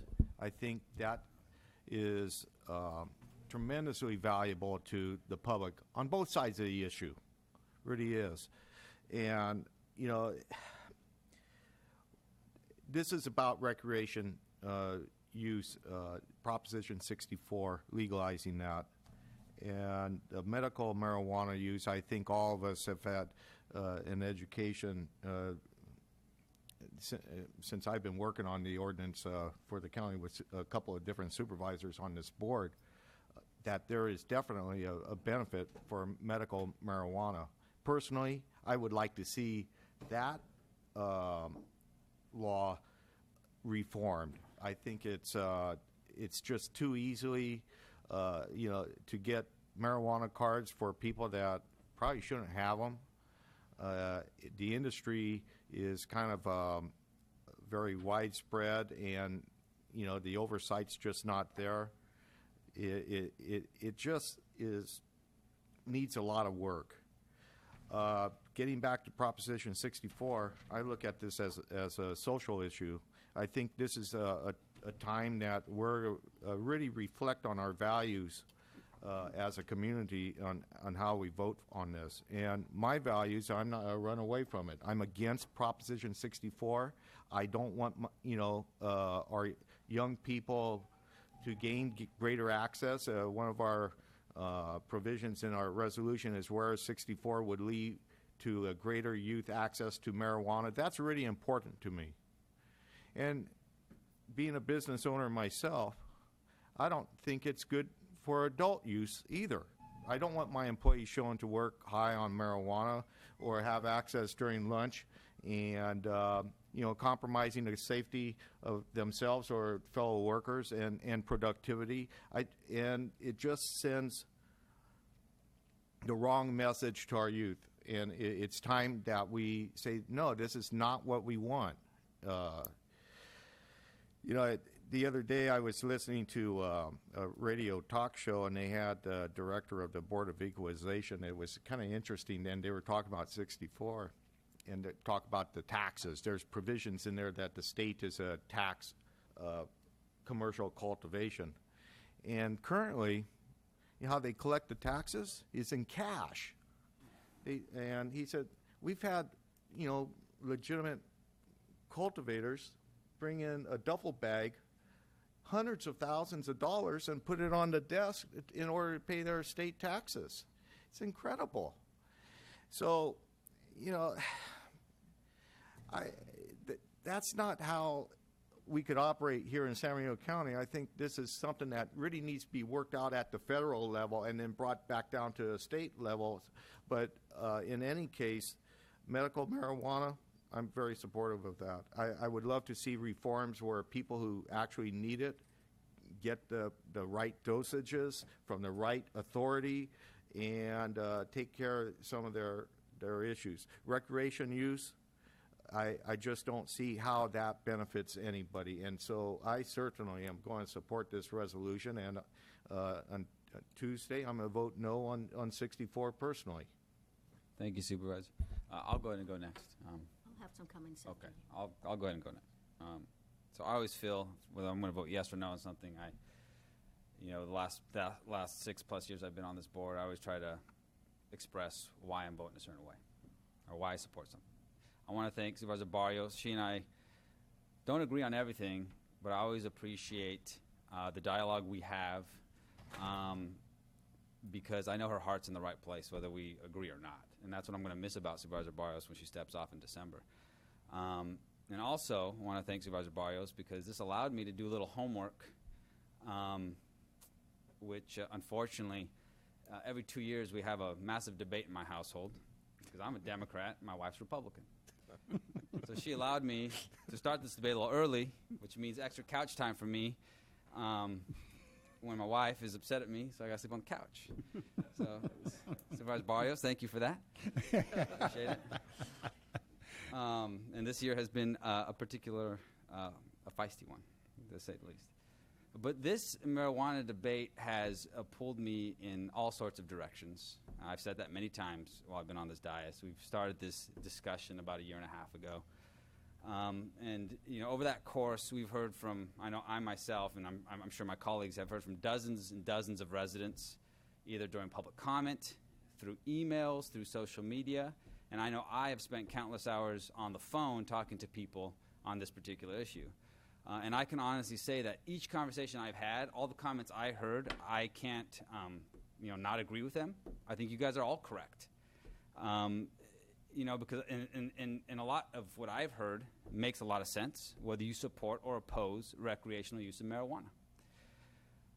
And many have made the argument, and they are 100% correct, that according to federal law and according to the Controlled Substance Act, I know Marty has made the comment several times, marijuana is defined as a Schedule I drug. It is illegal. He's absolutely correct. And currently 4 states, along with the District of Columbia, have already legalized recreational use, and as many as 5 more could join their ranks in a couple of weeks. And obviously California is among them. Our system of government here in the United States is unique, and to me it's absolutely fascinating. I've said it many times. I have the great opportunity to be a part-time professor at Gavilan College, and I teach Intro to American Government. I teach state and local government. And so I get to teach on the Constitution, what the Constitution says, to the best of my ability. It's always fascinating when you think of our Constitution, our form of government, how long it's lasted, and it's the greatest form of government in the world. You know, it's fascinating because federal law specifically states that possession of a Schedule I drug, of a Schedule I controlled substance, is subject to criminal prosecution. However, states in this country have legalized and are considering the legalization of marijuana for recreational use by adults. And the longer I've studied this issue, I've realized this is exactly what our country is all about. It's what it's always been about. Since 1789, our government, our political system, and its elected officials have fought for different interests. And at the center of this debate has always been the question, what is the appropriate relationship between our federal government and that of the states? And our founding fathers, they created a system of government where power is shared among the federal government and of the individual states. And when you look at this federal-state relationship over the history of our country from 1789, even prior to that, I believe Supreme Court Justice Louis Brandeis absolutely got it right when he suggested that states are ideal laboratories of democracy. You see, states have a very long history of experimenting with innovative policy ideas, and this has allowed other states and our own federal government to see if new ideas work or if they don't work before they adopt them. And I can't support this resolution before us because I myself have recently made the decision to vote yes on Proposition 64. One of my persuading arguments, one of the most persuading arguments that helped solidify my vote came from an unlikely source, Republican Congressman Tom McClintock. Congressman McClintock said this recently: I abhor the use of marijuana and believe we should do everything we can through education and persuasion to discourage its use. But our current laws have failed us and have created a violent and primal black market that actively and aggressively markets to young people. He continues, legalization takes the criminal profit out of the equation and allows us to regulate marijuana the same way we currently regulate alcohol. This should make it more difficult for minors to obtain marijuana. It should remove illegal cultivation from our neighborhoods and forests and move it to more normal agricultural operations, and it should replace the criminal gangs that traffic marijuana with law-abiding farmers and shopkeepers. I know this may be a disappointment to many in this room, but I truly appreciate your comments, and I'm really willing to accept the outcome of this proposition, whether it votes yes or votes down. But this is how I feel, and on November 8th, 2 weeks from today, I will be voting yes on Proposition 64. Thank you. Thank you, Mr. Chair. First of all, I want to thank all the speakers. Mr. Hernandez, your comments and your child being here is heartwarming. To know that there are young people like you, because you're a young parent, that cares about this community and cares not just about your child, but every child in the community. And you asked the question, and others did too, what do we want our community to be? I'll tell you what, I don't want our community to be the marijuana capital of the United States. We have great weather, we have beautiful soil. It will become that because this is optimum situated for that kind of growth. That's not what I want for our community. And I'm going to vote no on 64 because I feel the way you do, and I feel the way a lot of you do. I care about this community, and because it is a democratic process, I can vote no, and that is what I'm going to do. Others said that alcohol is also a problem. Yes, it is. If we allow alcohol, why not marijuana? Two wrongs do not make a right. Alcohol is a horrible drug that is abused, and a lot of people have issues because of that. Do we want to double that now with marijuana? And I say to those people that enjoy it, enjoy your pot, smoke it. I don't really care. Just don't grow it in my backyard. Don't subject me to your smell of your pot because it is a horrible skunk smell. And hopefully you will not get addicted to it. So are we going to collect taxes from this if it passes? Absolutely. But who's going to win here? We're not, because those taxes are not going to be used to benefit the county to put more, money into our roads. It's going to go to fight the abuse of marijuana. How do we benefit from that? So you collect money just to spend it to try to, to correct it? So I'm going to vote no on Proposition 64. Thank you. Thank you, Mr. Chair. Any other comments by members of the board? Any other comments from members of the board? If not, then certainly entertain a motion. I will make a motion, Mr. Chair, to approve Resolution 2016-88. Second. There's a motion and a second. All those in favor? Aye. Opposed? No. And I'm a no as well. Motion carries 3-2. Okay, I know that we have we have 9 minutes to go before lunch. I say we try to squeeze in item 22. Try to squeeze in item 22. Yeah, thank you, Mr. Chair. This item will be presented to us by Louis Valdez, our management analyst, concerning the Tres Pinos Water District Board and consideration of appointment in this particular item. So we have Louis.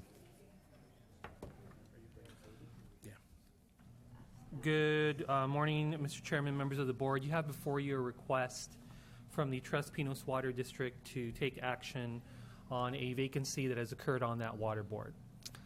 You have the applications in your packet.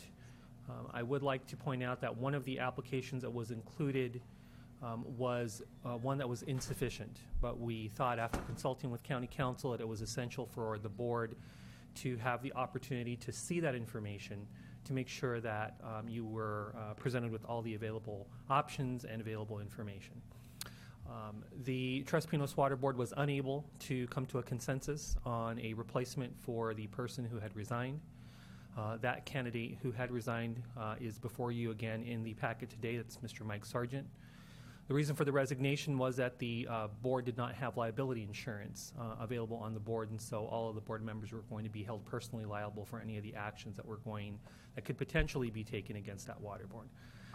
In the packets that you have right now, in the packet that you have right now, you have Mr. Sargent's application along with 2 others and another application that we deemed to be insufficient with the names of 4 individuals that was signed by a member of the community on their behalf. So that information is for you. I would like to point out that Mr. Sargent is the last person who was elected to that board and resigned because of the liability issue.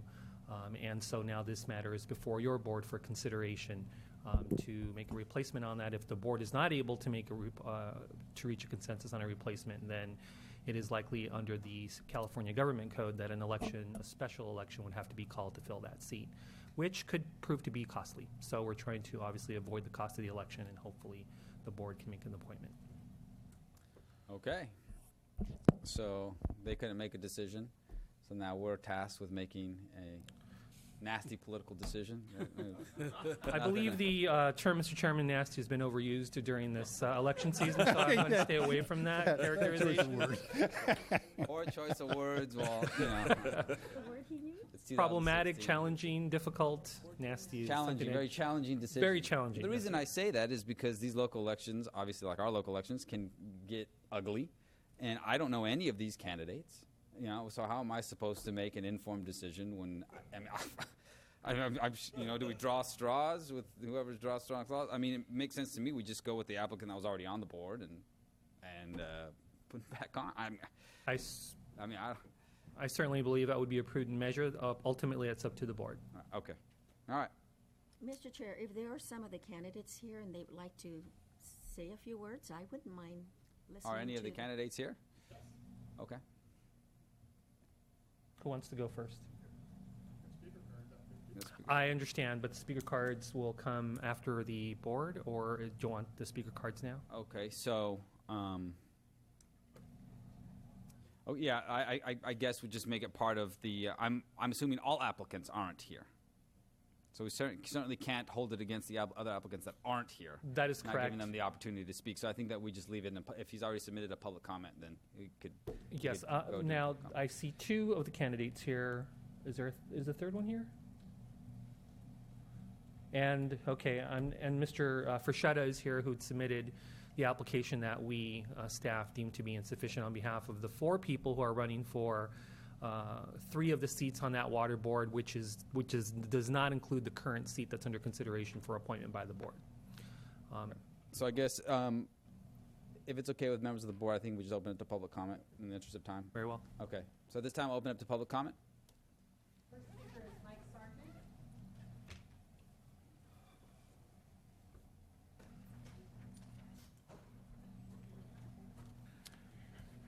Good morning. My name is Mike Sargent. I've lived in Tres Pinos for over 35 years. It seems to be what we need to sort of get some credentials out. I've raised my kids there. I've been on the Tres Pinos school board for over 10 years while I was there. You can see that in their resume. I'm here to request that I be reinstated to the water board at Tres Pinos. At the end of June, due to litigation against our district, our previous insurance carrier would not renew our general liability insurance, which included our directors and officers in section as well. We worked with an insurance agency in the Valley. It specialized in commercial and in institutional policies, and we were able to get a new one that would cover the physical parts, the plants, the ponds, the pumps, but not get our directors and officers component. Frankly, I wasn't willing to risk the potential personal liability that could have come from some catastrophic event from our own aging system with inadequate fire suppression and also a water tank that really is at a minimum capacity. Sometimes individual board members are named in suits as well as their public entity that they represent. I therefore submitted my resignation at the end of July, citing the sole reason for my 4-year elected position that I was leaving after only a year and a half because of this lack of D&O insurance, nothing else. And that said so in resignation that any time that it was found, I'd be more than glad to come back and fulfill my elected term. Since then, D&O insurance has been found from over 2 sources. Our district counsel has advised us to buy one of those policies. I went to the water board meeting when they were attempting to fill my vacant seat and informed them that I would come back now that we could get D&O insurance. The board president and another member at the time voted to reinstate me. 2 others, no. The only other candidate at that meeting who was there also had a 2-2 vote. So you got our domestic squabble. The same 2 members who voted against me are the same 2 who have on 3 separate occasions still not agreed to get our needed D&O insurance in spite of counsel from our district lawyer. If I am restated to elected position, I'm confident there will be a special board meeting and the D&O insurance will be bought and we can move ahead with addressing some of the really big issues in our district. Let me fill out my term. I was elected and I want to go ahead and continue. Thank you. Mr. Chairman, I have a question for Mr. Sargent. Everything I've heard, everything I've heard is that you've been a very active member and working towards the betterment of the Tres Pinos community. No question. I don't think anyone questions that. But what concerns me is, resigning, and I could understand the rationale that you don't want to take your personal assets and put it into, a liable situation. But what would have happened if all the members of the Tres Pinos Water Board took the similar action, because everybody has everything same as you at stake, and they chose not to, even though there's obviously quite a bit of disagreement amongst the board members. But can you rationalize, how this problem could have manifested itself if everybody else took the similar action as you? And what's your thoughts as far as reconsidering that? Well, it almost sounds to me like you're asking me if I'm willing to risk my house, my retirement, and all that for a district that I get no money to and I volunteer to be on, and I've done it willingly. So am I willing to risk all of that? No. Would I think the other board members should do the same? No. I would have thought they should have, in their own right mind, resigned as well. Then we would have maybe, I don't know what we would have done, but I don't think it would have been fair for any of the members to risk all of their livelihood for that.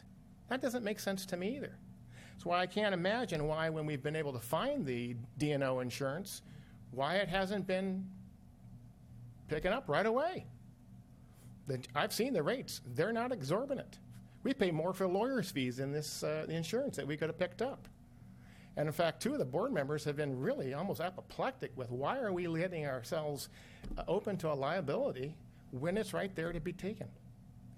I don't get it. But I'm not willing to risk my livelihood and my personal resources just for that. That doesn't seem to make sense, does it to you? No, thank you. Thank you. Questions? Marianne Hughes?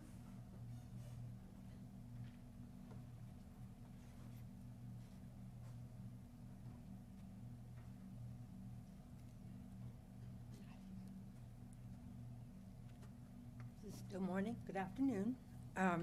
I'll be brief. I'm Marianne Hughes. I live in Tres Pinos, and for the last year and a half or so, I've been on the finance committee for the Tres Pinos Water District.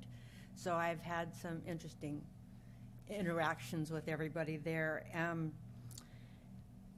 I want to, as a finance person, please beg you to make a decision today, because we can't afford an election. A special election will be very expensive, and our district, frankly, just doesn't have that much money. Also, Mike was elected, and I think that, unfortunately, what has happened, but he was chosen by people of the community to be there, so I think he needs to get back there. And I do agree that when he does, things will get done again. And I have a question for you, and I don't know if it's a legal question or not, but one person has a business in the community but does not live there, and yet he is one of the people who are up for approval. And I don't know if that's correct or not, if he would qualify.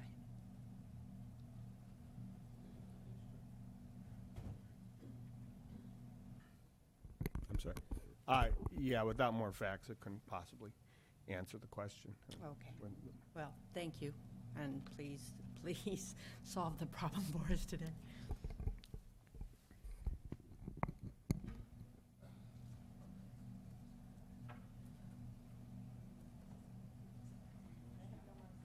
Okay.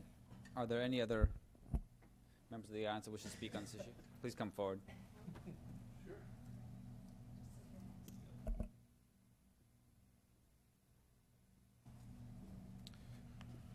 Hello, good morning, good afternoon. My name is Mike Howard. I am applying for the vacancy. I'm 52 years old, and for half of my life, I've been the owner of a successful business in the town of Tres Pinos. To address the concern of my residency, I own a home in Sun Valley, Idaho. I own a home at Ridgemark, and I've been the property owner and own a home in Tres Pinos for the last 26 years. So I find it hard to not become involved in what I believe is, and I think many of you understand, the past dysfunction of the water district. So my calling is to become involved, and also the fact that I am one of the, if not the largest financial supporters of that district. And I find it hard to understand how somebody in that town could simply come in and be a renter, and have more rights than I currently do. I've been a member of our community for over 25 years. I have a strong understanding of how to run a business and the delicate balance of the relationship to the community. I have a strong understanding of the infrastructure and its assets to its businesses and residents. I have a balanced approach and understand to strive to satisfy your needs, not your wants.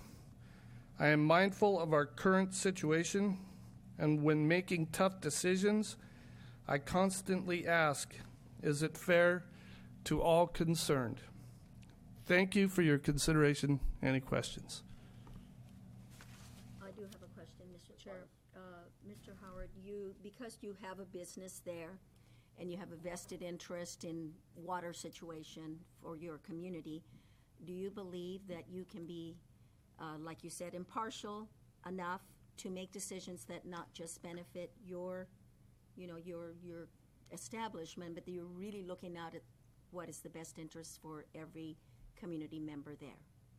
To answer that, as I stated, I constantly ask, is it fair to all concerned? Okay. That's how I would answer that. Thank you. Thank you, Mr. Chair.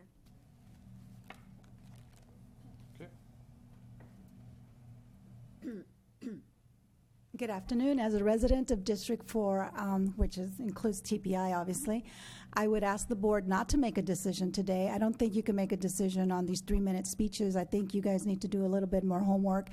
And for someone who is elected and decides that he's the only person that resigns from the board because he's afraid because of legal, I understand that. But if he was the only one to resign, then you need to take a second look at that. Do I really want that person back on the board? Because what is the next issue that's going to come up that that person is again going to resign? That's all. Thank you.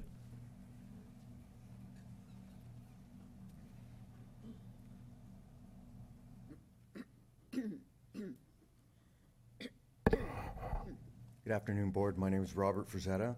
I live in Tres Pinos. I submitted the 4th application, and my suggestion was to allow the 4th highest vote getter in the upcoming election. By the way, Mr. Valdez was incorrect. There are 5 candidates for 3 open seats. My suggestion, instead of going to the cost and expense of a special election, was to allow to name the 4th highest vote getter in that election to be assigned to the open seat, therefore allowing the people of Tres Pinos to decide who will represent them. I just felt like it would be a more democratic position. You would be able to allow write-ins or any qualifying person who has a domicile in Tres Pinos. That was simply my suggestion, so if you have any questions. One thing, Mr. Chairman, members of the board. Louis, Oh, I'm sorry. Mr. Chair. County Counsel? Did you want to speak, Mr. Can we appoint someone to be named later? at this stage, and then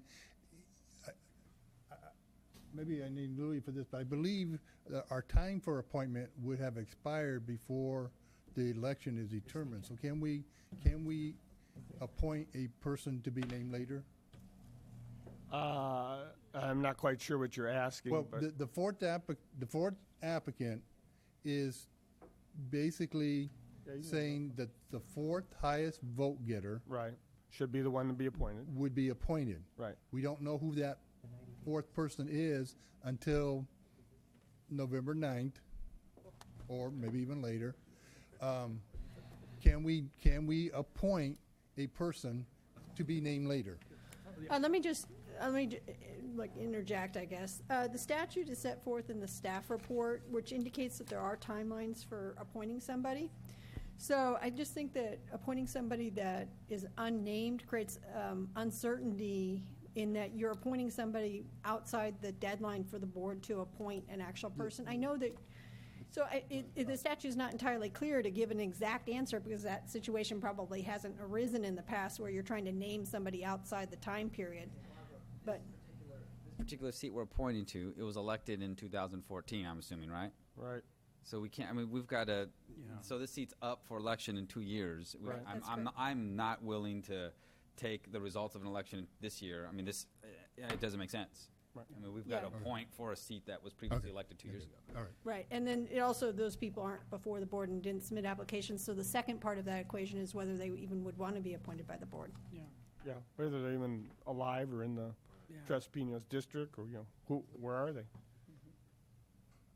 So I appreciate your suggestion, Supervisor Munzer, but I think it's in the end it would create more problems than it would solve. Well, this is what the gist of the fourth application is. Right. Okay. So are we talking about 130 days or 60 days? I think it was 90 days after the board. The district has 60 days after the vacancy occurs to District appoint. has 60 and then days you and have the next 30 days after that. So, to appoint at the board level, and otherwise the election shall be called by the district. 60 and you said 90? Well, For no, a total of 60 and 90. 30, it's 90 total is what I was saying. Yes. 60 at 60 for the district to appoint their own candidate without it coming to the board, then another 30 days for the Board of Supervisors to Okay. appoint. And if All right. nothing happens during that time period, then an election's supposed to be called. All right. Okay. I'm still here. Your turn. Marty Bishop from Hollister. I would not miss an opportunity to comment on the Tres Pinos Water Board if my life depended on it. If I was home today, I would quickly get dressed and drive down here, probably get a ticket, because I would want to get my nickel in here. If there ever was a good case for recreational marijuana, a meeting of the Tres Pinos Water District Board would be the case to make. I oppose it, but that would be probably the best place to use it to make everybody happy. I took a lot of heat here a couple of months ago. You all remember when I came up and said, you ought to get rid of the Tres Pinos Water Board and just take over for it. And boy, did I take a lot of nasty words over that. I remember Supervisor Botelho, who's reconsidering what he said at that time right now as he's thinking about it. This is the definition, I believe I said that last time, this is the definition of dysfunctional, okay? They are a dysfunctional board. There are many reasons for it. Some of it's their fault, some of it's not their fault. The fact that they don't have any money to do anything is both their fault and not their fault, okay? We've got to straighten this out, and I will point again to the general plan that says when there is a critical utility, in this case water and sewer is a critical utility, nobody can argue that. It says right in your own general plan, the ink is still wet on that general plan, that when there's a critical item and it's not getting fixed per the schedule and not taking their share of the burden from the county, for instance, the burden for growth, which the state puts on us. We don't put it on ourselves, the state puts it on. That the county shall jump in and work with that board hand in glove, I don't remember the exact words, and get it solved. You're going to do your duty here about appointing somebody. That is not going to solve the problem. It's obvious from the comments, and I have no horse in this race, of a previous member of the board who said, I have two people who won't vote for liability insurance, and I can detect some personal animosity there. And my guess is if the two people who wouldn't vote were here, we could detect some personal animosity there too. So this is not a functioning board, in my opinion. And no matter what you do on this appointment, I assure you we'll be here 6 months from now going, whatever happened to all the promises that you made of the things you would do? They can't do anything. They can't even get a board seated. We have got to come up with a way to essentially force something to happen. Thank you for your time. Any other comments on this item? Okay, I'll bring it back to the board. So obviously, board, we could display our own dysfunction, or we could just make an appointment and get this done, whether we go to lunch. I'm ready to make an appointment, Mr. Chair. So am I, Mr. Chair. I'm leaving the room. No. Well, yeah, I'm not sure what the feeling of the board is, but my original recommendation, which I stated 2 minutes into this item, was just to go with the original applicant, or the original person that won the seat, which is Mr. Sargent. Let him serve out his term. Is that a motion, Mr. That is a motion. I'll second that motion. Okay. Any other questions, comments? All those in favor? Aye. Aye. Opposed? No. No. Okay. Motion fails. I will make a motion now, Mr. Chair, if I can, because I know this person and I'm aware of his successes and his professionalism. And I'd like to see a change in the water district. Maybe now it won't be dysfunctional. That's my hope. I will nominate Mr. Howard for the position. And I will second that motion on the fact that he's a businessman, and I think Chespino's Water District needs a business concept to that organization. I'll second that motion. Okay, the motion is second. All those in favor? Aye. Aye. Opposed? No. Nope. Motion carries 3-2. Thank you very much.